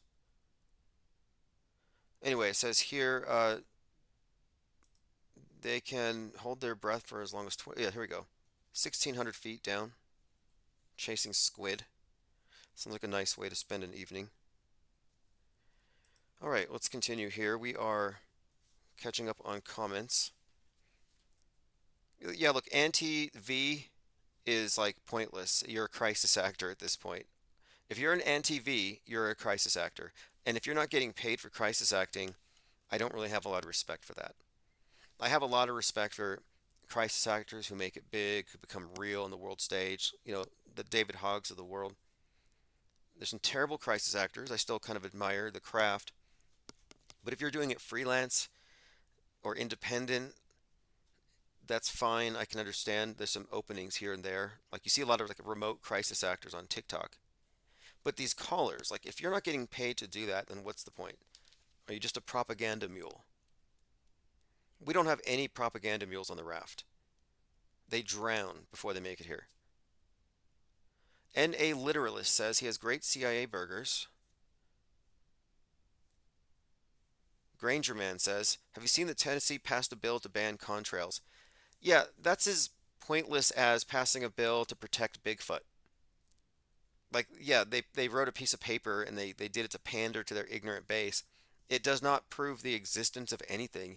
And it was really just a dumb idea itself because their whole premise is based on ignoring not just observational information, but a predictable and observable phenomenon. That's what I can't get the chemtrail proponents to accept, is that contrail formation is predictable. That fact alone destroys your whole theory about some secret military jets do it, some don't. They're not on the radar. I tracked them and they weren't there when I saw the spray and it lingered and it lurked. No, it didn't. These are all just hyperstitions, urban myths. Reminds me of Mirage Men, the documentary, where the, and that's local here, the Kirtland Air Force Base had special agents creating the UFO mythology, as far as like alien abductions and that kind of stuff.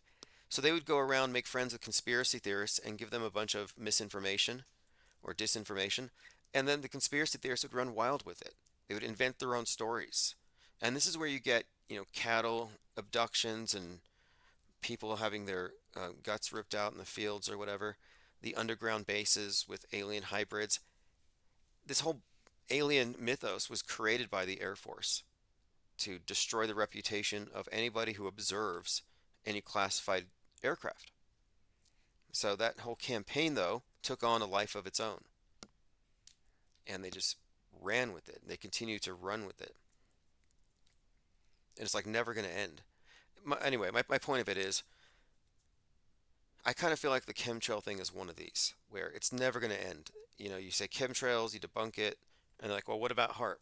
What about stratospheric aerosol injection? What about Bill Gates? And they always move around us to what about this? What about this? And they never really address the fact that their central claim has been debunked. And my whole point here is that it's rooted in fear. And you can say you're not afraid, and I'm like, well, then you're either brave or you're stupid, because if your contention is that there's a big mean airplane dumping poison on you, why aren't you wearing a mask? Like, that's not smart. If you were smart, you'd be masked up. So you either don't believe it, or you see what I mean? It's just, I want to hold them up to their own beliefs. I want to get to the bottom of it, and I want to expose what is behind this. Is this just fear programming for alternative thinkers? Oh, they're too alternative. They're not going to buy into this mainstream climate change. So let's give them something alternative, like this. And yeah, I guess chemtrails is sexier than climate change. All right, let me go ahead and continue. Oh yeah, one more point. If you say you believe in it and you're not afraid of it, how are you not afraid of it? Because if I believed in it, I would be scared. Because see, I'm not a hypocrite. If I say I believe that this is true, and if I did believe in it, I would never leave the house without an umbrella and a mask. I would literally wear a mask for chemtrails. Like, I don't see anyone else willing to go that far. And I already put out a call for debates, and nobody's willing to debate. I had one person call and say that they're actually using nanobots and that I'm not covering that. But nobody's stepped up to debate. And a literalist says, armor of God will keep you safe and effective. Dewis in Paris says, by the way, my sheep weren't abducted or killed by space junk. They just led each other astray off to vote for something. All right, let's see what else we have here. Catching up on some comments. Yeah, look, I don't really want to debate this anymore than I have to. Just one shot, one kill, get somebody up here. Let's find some volunteer who's willing to have a rational conversation no talking over each other, moderated. So I need a moderator, and I have a volunteer for a moderator, but I need someone to debate me, someone who truly believes in it. But the one precondition is you have to bring your own evidence. If you can't do that, then you need to look in the mirror and ask yourself, why are you promulgating something for which you have no evidence? This is where it's at. It says someone should be bringing a chemtrail mask to market, no initiative. See, I think there may have been something to it. You could have made it cool, like counterculture, like, oh, they're wearing masks because like they're in the know. But then 2020 came and they kind of made masks uncool. But I put out a mask that said for chemtrails, not COVID. Nobody bought it. Now, Jones missed an opportunity. Anybody who's promoted this, Richie from Boston, imagine if he had been selling masks for it this whole time. You sell water filters for phobias about drinking the water. Why wouldn't you? For a time, I found like there were actually some products I saw that I was kind of selling for a little while. Get them from Alibaba, like 5G protective garments. They actually sell this stuff. Like if there's a phobia, like a fake fear, there's a fake solution for it. Like aluminum wallpaper, maybe that's something we could get into. Like market to the paranoid. That's one way to reduce the overall, stress. I could see that as I could justify it. The ethics of, not debunking their fears, but helping allay those fears. I think you could make the case. There's a place for it. Cy Obstacle says, did Alex get raided yet? Escape from Austin. No, I think the judge stopped it. They're not going to seize his thing. This is where it's at. It says, conspiracy entertainment is boring. Targeted individuals are boring and depressing. Yeah, people with a list of things they're afraid of. Like, I'm so scared to breathe. I'm so scared of this. I'm so scared of that. I'm like, I think you've been conquered by the PSYOP entertainment complex. And then you get these others who, it sounds like they're in a bunker. Like they're at war. Like they're in a trench. And they're like, why aren't you in your battle dress uniforms? Why aren't you rallying up the troops? Why aren't you, getting ready to chop off heads of feds? You get these others who are just totally there to agitate. And they see me as unmotivated or perhaps sort of a Pied Piper, just leading people astray, taking you away from the fear, which they think is necessary. They're like, be afraid, react, react, react. And I'm like, no, Seattle's about to get nuked. Let's wake up early on Saturday and watch it. Is it on, what day is it on? Let me check. I have my calendar here. No, it's actually going to be on a Tuesday. I actually drew a mushroom cloud and a space needle on Tuesday, June the 11th. Now, here's the big question, because this could be a game changer. I'm open to the possibility. Seattle Strong, someone should sell some Seattle Strong shirts. I think we did that in 2019 in anticipation of an event in Seattle. We did it for 11/3/2019. We're like, Seattle, ground zero, let's get this. But it happened on 3/11. And there was no Seattle Strong because there was the whole world. Earth Strong wouldn't work. But the whole strong thing with all these psyops was sort of it was kind of a trend. Like the same guy does crosses for all of the fake dead kids for all the schools. Like one guy has it all knocked down. Like I have this theory. You go to a school, if you want to know if they're going to have a fake shooting there, go to the shed, like behind all the landscaping stuff, and look for boxes of crosses with names on them. Hopes and prayers for Seattle. Okay, anyway, here's the thing. My own frame here is that it's going to be faked and staged.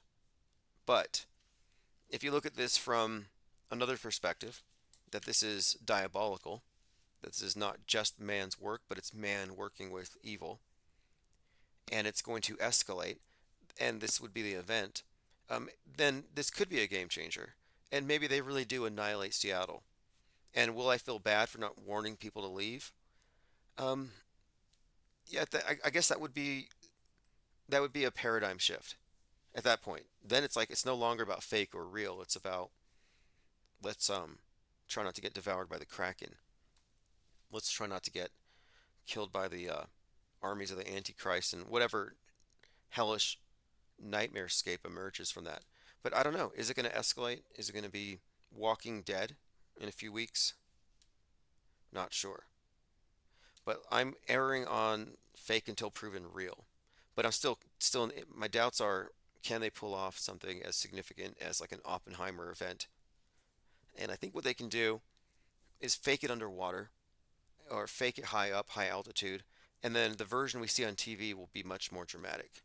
Plus, they've had years and years and years to perfect this.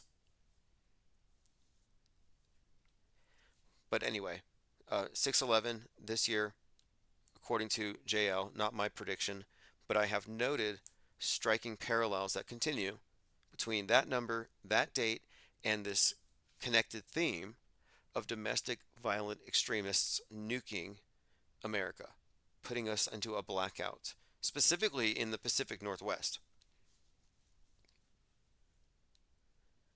Okay, let's see what else we have going on here. Elephant Tusk says, I know someone in Seattle, a George Floyd supporter, pro-Chaz, pro-Biden, pro-Chaz, and works for CNN. I'm pro-Chaz. You're talking about the Capitol Hill Autonomous Zone? I am pro-Chaz. I'm pro-Chazistanian. In fact, I would riot for Chazistanians. Not Palestinians, not the oppressed. I would riot on behalf of the Chazistanians who had a very short-lived existence out there in Seattle. But I'm like, yeah, hey, if you lean that way, let's make it real. Like we should have a Chazistan in every city. Just put really high walls around it. Self-sustaining communities. Well, we'll see when we open up the gates after a few years, and we'll see what comes out of it. I think it would be sort of like what happens if you were to like not tend to your ant farm. I think eventually they eat each other. But I think that there's a clue in Colony on Netflix, season 3, episode 11, and this is where 311 really started to hit. Is like it said, Seattle, ground zero for the reboot of civilization. It's like Operation Phoenix, all the symbols: Phoenix, Seattle, ground zero, 311. So we were looking at this already. And then I saw Chazistan arise during the riots. And this is again where the communists were attempting to build a workers' paradise. It was a disaster, but it's a microcosm. And I think this is what they want to do to the whole world. I'm like, this is the ground zero for the reboot of civilization. This is the Great Reset. It's Chazistan everywhere. That's the objective. At least that's what I was thinking at the time. Dewis in Paris says, Colony was pretty hard to get through a couple of seasons. Oh yeah, look, a lot of these shows are terrible. I watch them for the predictive programming. Pippi says, look. Yeah, I know. I triggered this caller the other night because he kept trying to talk over me and say, nanobots are coming out of the airplanes. And I was like, look, listen to me. You know, tapping into different modalities. You know, can you feel me? Look, can you see, hear? You're trying to connect with someone to get them to pause, to break their train of thought that's going off the rails. And it's like, nothing to fear. Nobody's spraying you with nanobots. But there was no reasoning with that. I had to hang up. I had to terminate because I had prior engagement. I would gladly have stayed up for the next 5 hours debating about whether contrails contain microscopic or nanoscopic bots. And what do they do? What do they do anyway? What are they doing? Someone had suggested to me that they're actually filling up the atmosphere with aluminum and it's going to be ignited by 5G towers. And they'll say it was a nuke lighting the atmosphere. This is where it's at. It says the show From was decent. Yeah, okay, the show From is about the 74th book of the Bible. So it's a group of people get stuck in this kind of parallel universe where they're in this village and they can't leave. And they don't know why they're there. And at night, demons come out. And they find out that they are living in the 74th book of the Bible. And there isn't one. So there's 33 books in the Catholic Bible. So you've got the 74th one was the one they were living through. So that's kind of how the show From is about. But yeah, I thought it was pretty interesting. The number 73 at the time was a particular interest to me. The number 73 is um, part of this bigger narrative about the Kraken, for example, or the Challenger. I talk about the deep sea Challenger, the Titanic. The Challenger explosion was 73 seconds. A 73 is an ambigram for L, like EL, 73. And then you have a few other aspects to it. For example, the 1 minute 13-second connection, and then 11:3. And of course, 11:3 was the election date, the Kraken date. And the reason we say that is this was the date of the big schism, the disputed election, and the election dispute was predicated on certain claims that were being unleashed by an attorney, a lawyer, that they were calling the Kraken, Sidney Powell, and they were like, "Release the Kraken" was sort of a meme at the time, and this was a reoccurring theme, but it all ties in. Again, Seattle Kraken had recently joined the National Hockey League at that time, and they had a 1 minute and 13-second video, which looked like an EMP over Seattle. And I said, hey, look, 113 Seattle EMP Kraken, and that's when I started paying attention to this Kraken symbol, and we noted 11:3 with this. But moving forward, the deeper connection I think was with the meaning of the Kraken in general and how it ties into a couple of things. One, of course, the Kraken is released by Hades, and Hades is another name of Pluto, and we were approaching the Pluto return. So America's second coming of Pluto. Pluto basically is a signifier. It's the planet that rules the underworld, but it signifies the end of an empire if it returns to the place where it was when the empire was born. So in 2022, Pluto returned to where it was in 1776. And at that point, we were looking deeply into this because this is when the whole Kraken thing was just not only extremely prevalent throughout a lot of media, but then the whole year is all about Hunter Biden's crack pipe, of all things. You just couldn't escape these memes. And the whole Karen meme was also being pushed quite heavily at the time. And these things were all, again, we're looking at the meta scripted view of things, the zeitgeist, and the archetypes, the motifs, the symbols they use. And 2022 was a huge Kraken thing, but we're looking at things as they are. Let me catch up on some comments. Elephant Tusks has been really obnoxious. I don't know what his problem is. He says, that was an IPS dramatic ending for the last show. Look, I don't know what your beef is with Mango, but you were yawning through the last caller, and that's fine. I don't mind, but you want to call in, please call in. You should avail yourself of the opportunity. You still have 2 minutes, 563-999-3664. This is where it asks, Voltaire was a jerk. That's what I heard. Mango says, politics are mind aids. Not going to hear it. Click. Yeah, politics is mind war. It always has been. 90 seconds. Okay, actually, you know what? We're going to go ahead and terminate phones. Appreciate JL calling in. We're a few days. There's a bit of dramatic tension here, and I don't have any sort of specific expectations other than what has been the case in the past, where on that date, whether it happens as suggested or something eerily similar and strange happens, it's just been this pattern. Like on the 8/4 and that President Trump from the Union dies. Just very bizarre. I'm looking forward to it, whatever happens. Yeah, this is where it's at, says mind aid. Yeah, mind aids is actually defined on autohoaxology in the textbook, but we also have the lexicon over at the blog.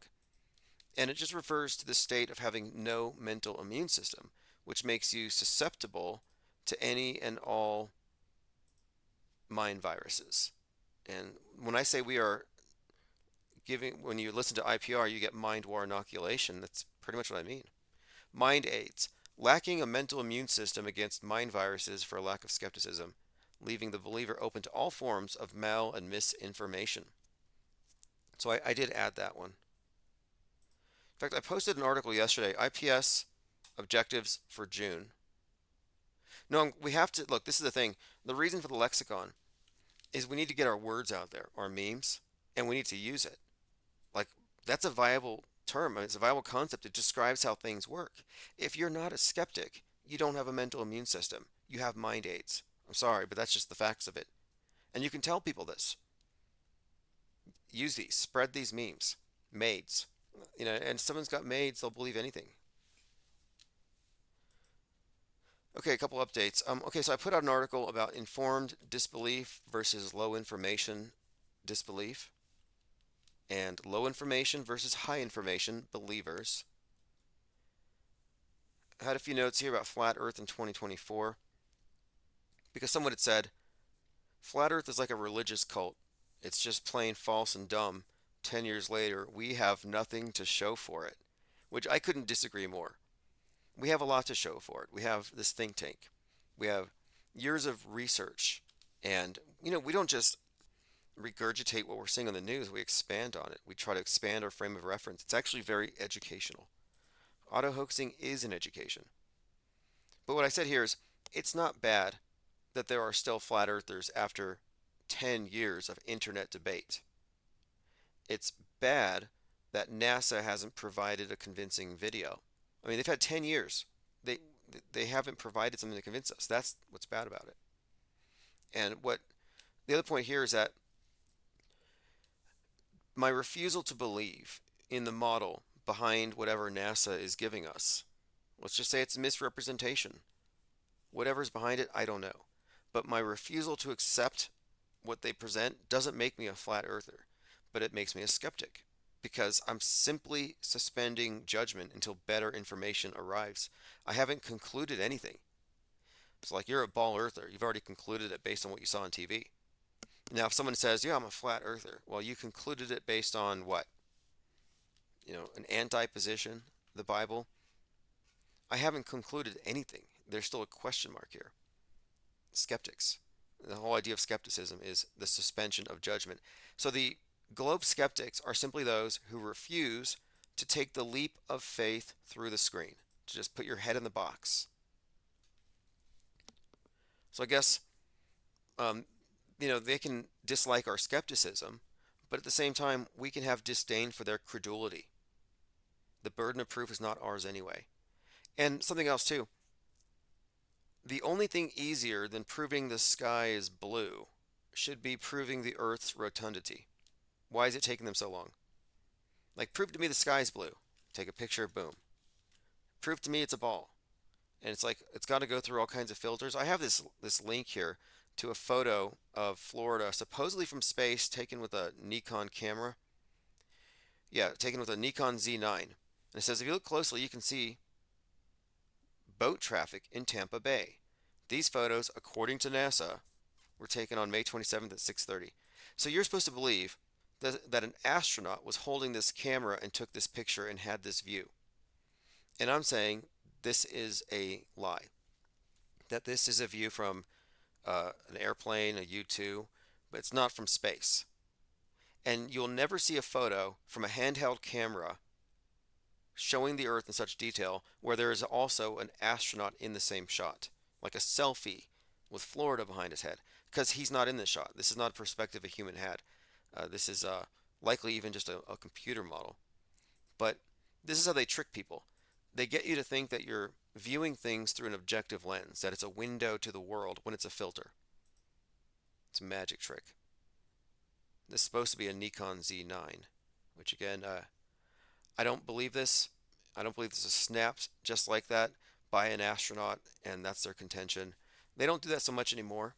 You don't get a lot of handheld, or you'll see photos of astronauts taking pictures of the Earth, and then they'll show you what they claim they took, but you never see over their shoulder when it actually looks like that. It's a magic trick. Something else too, this is kind of relevant to our channel.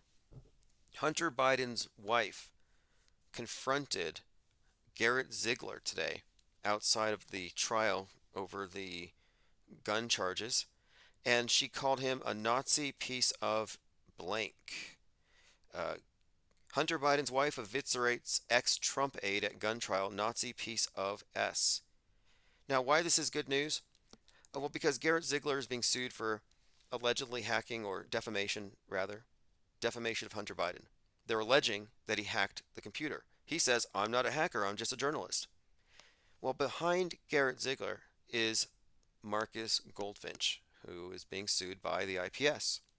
He was served just a few days ago. He has less than 3 weeks to respond.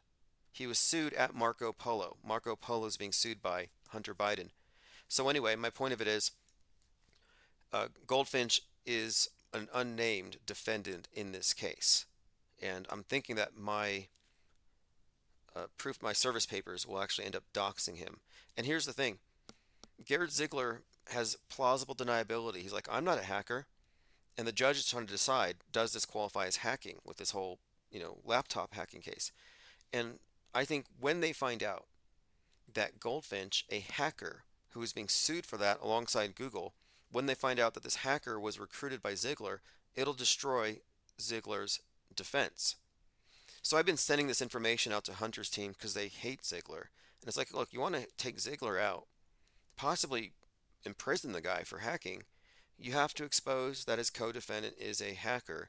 And these guys are friends, admittedly. I goaded him into admitting their friendship. I have it all. It's all documented. But I'm just saying, I'm happy to see somebody confronting him in public, because I think this is an indication of the type of hate and vitriol that will be piled on top of Goldfinch once he's doxxed. Once it's found out by the Trump deranged left that there was a top tier QAnon influencer in the White House press corps since 2017, that he's still there. Like, that will make a lot of people mad. What we want to see is, we want to see something medieval: pitchforks, torches, some operative at a stake. Like, we want to see it go there, and I think we can make it happen if we do this right. All right, let me see here if I can go through comments. We have a couple more minutes here. Pippi says, I love that number. Thanks. It was totally random. 563-999-3664. We'll be taking phones tomorrow. Elephant Tusk says, Tim, how come nobody talks about 923 anymore? Expired prophecies. Nobody cares. Like 2012, Nibiru. This is where it's asked, says, Tim, maybe don't expect 100% of people to believe everything. Well, 100% of the people effectively, like 99%, believe in the fundamental truth as proposed by the dominant paradigm. There's this immersion into it. The programming is the default position. So there's certain things that they have us unanimously agreeing upon, with the exception of perhaps people who are mentally ill or otherwise. But my point of it is, thinking rational people with agency on this world all have certain conclusions already kind of pre-programmed into their worldview. One of them being the shape of the world, or the size or the nature of space. And it all makes sense. There's no need to question it. Nobody has a reason to wake up one day and say, I don't believe in dinosaurs. And everything is also consistently reaffirmed.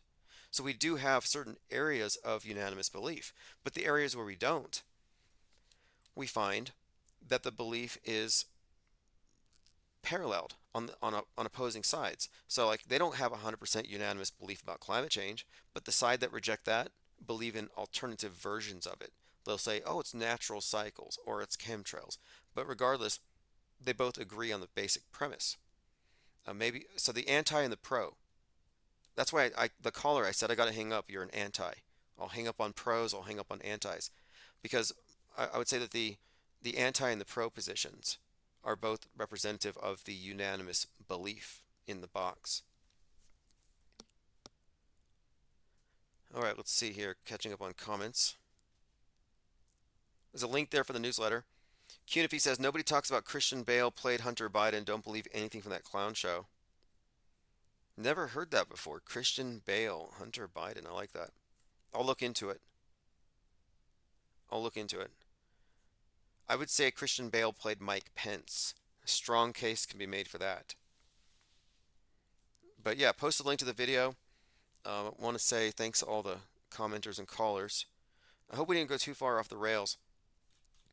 And I'm really glad we got an update from JL. It's always good to have a breakdown of...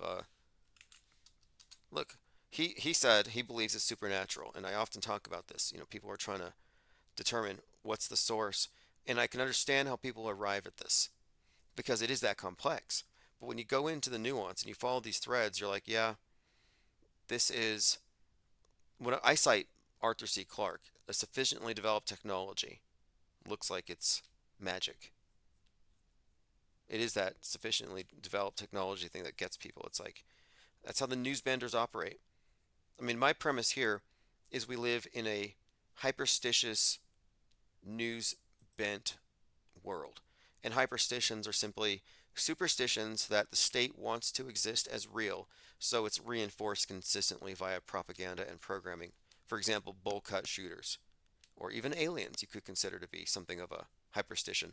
Look how the media is always open to spreading the notion that these things exist. Even mainstream and alternative agree something's out there. They leave certain things open. Okay, I have to get out of here now. We'll be back tomorrow taking calls. It is 6/4/2024, countdown to the destruction of Seattle. This is Chief Crow, Auto Hoaxer GTFO.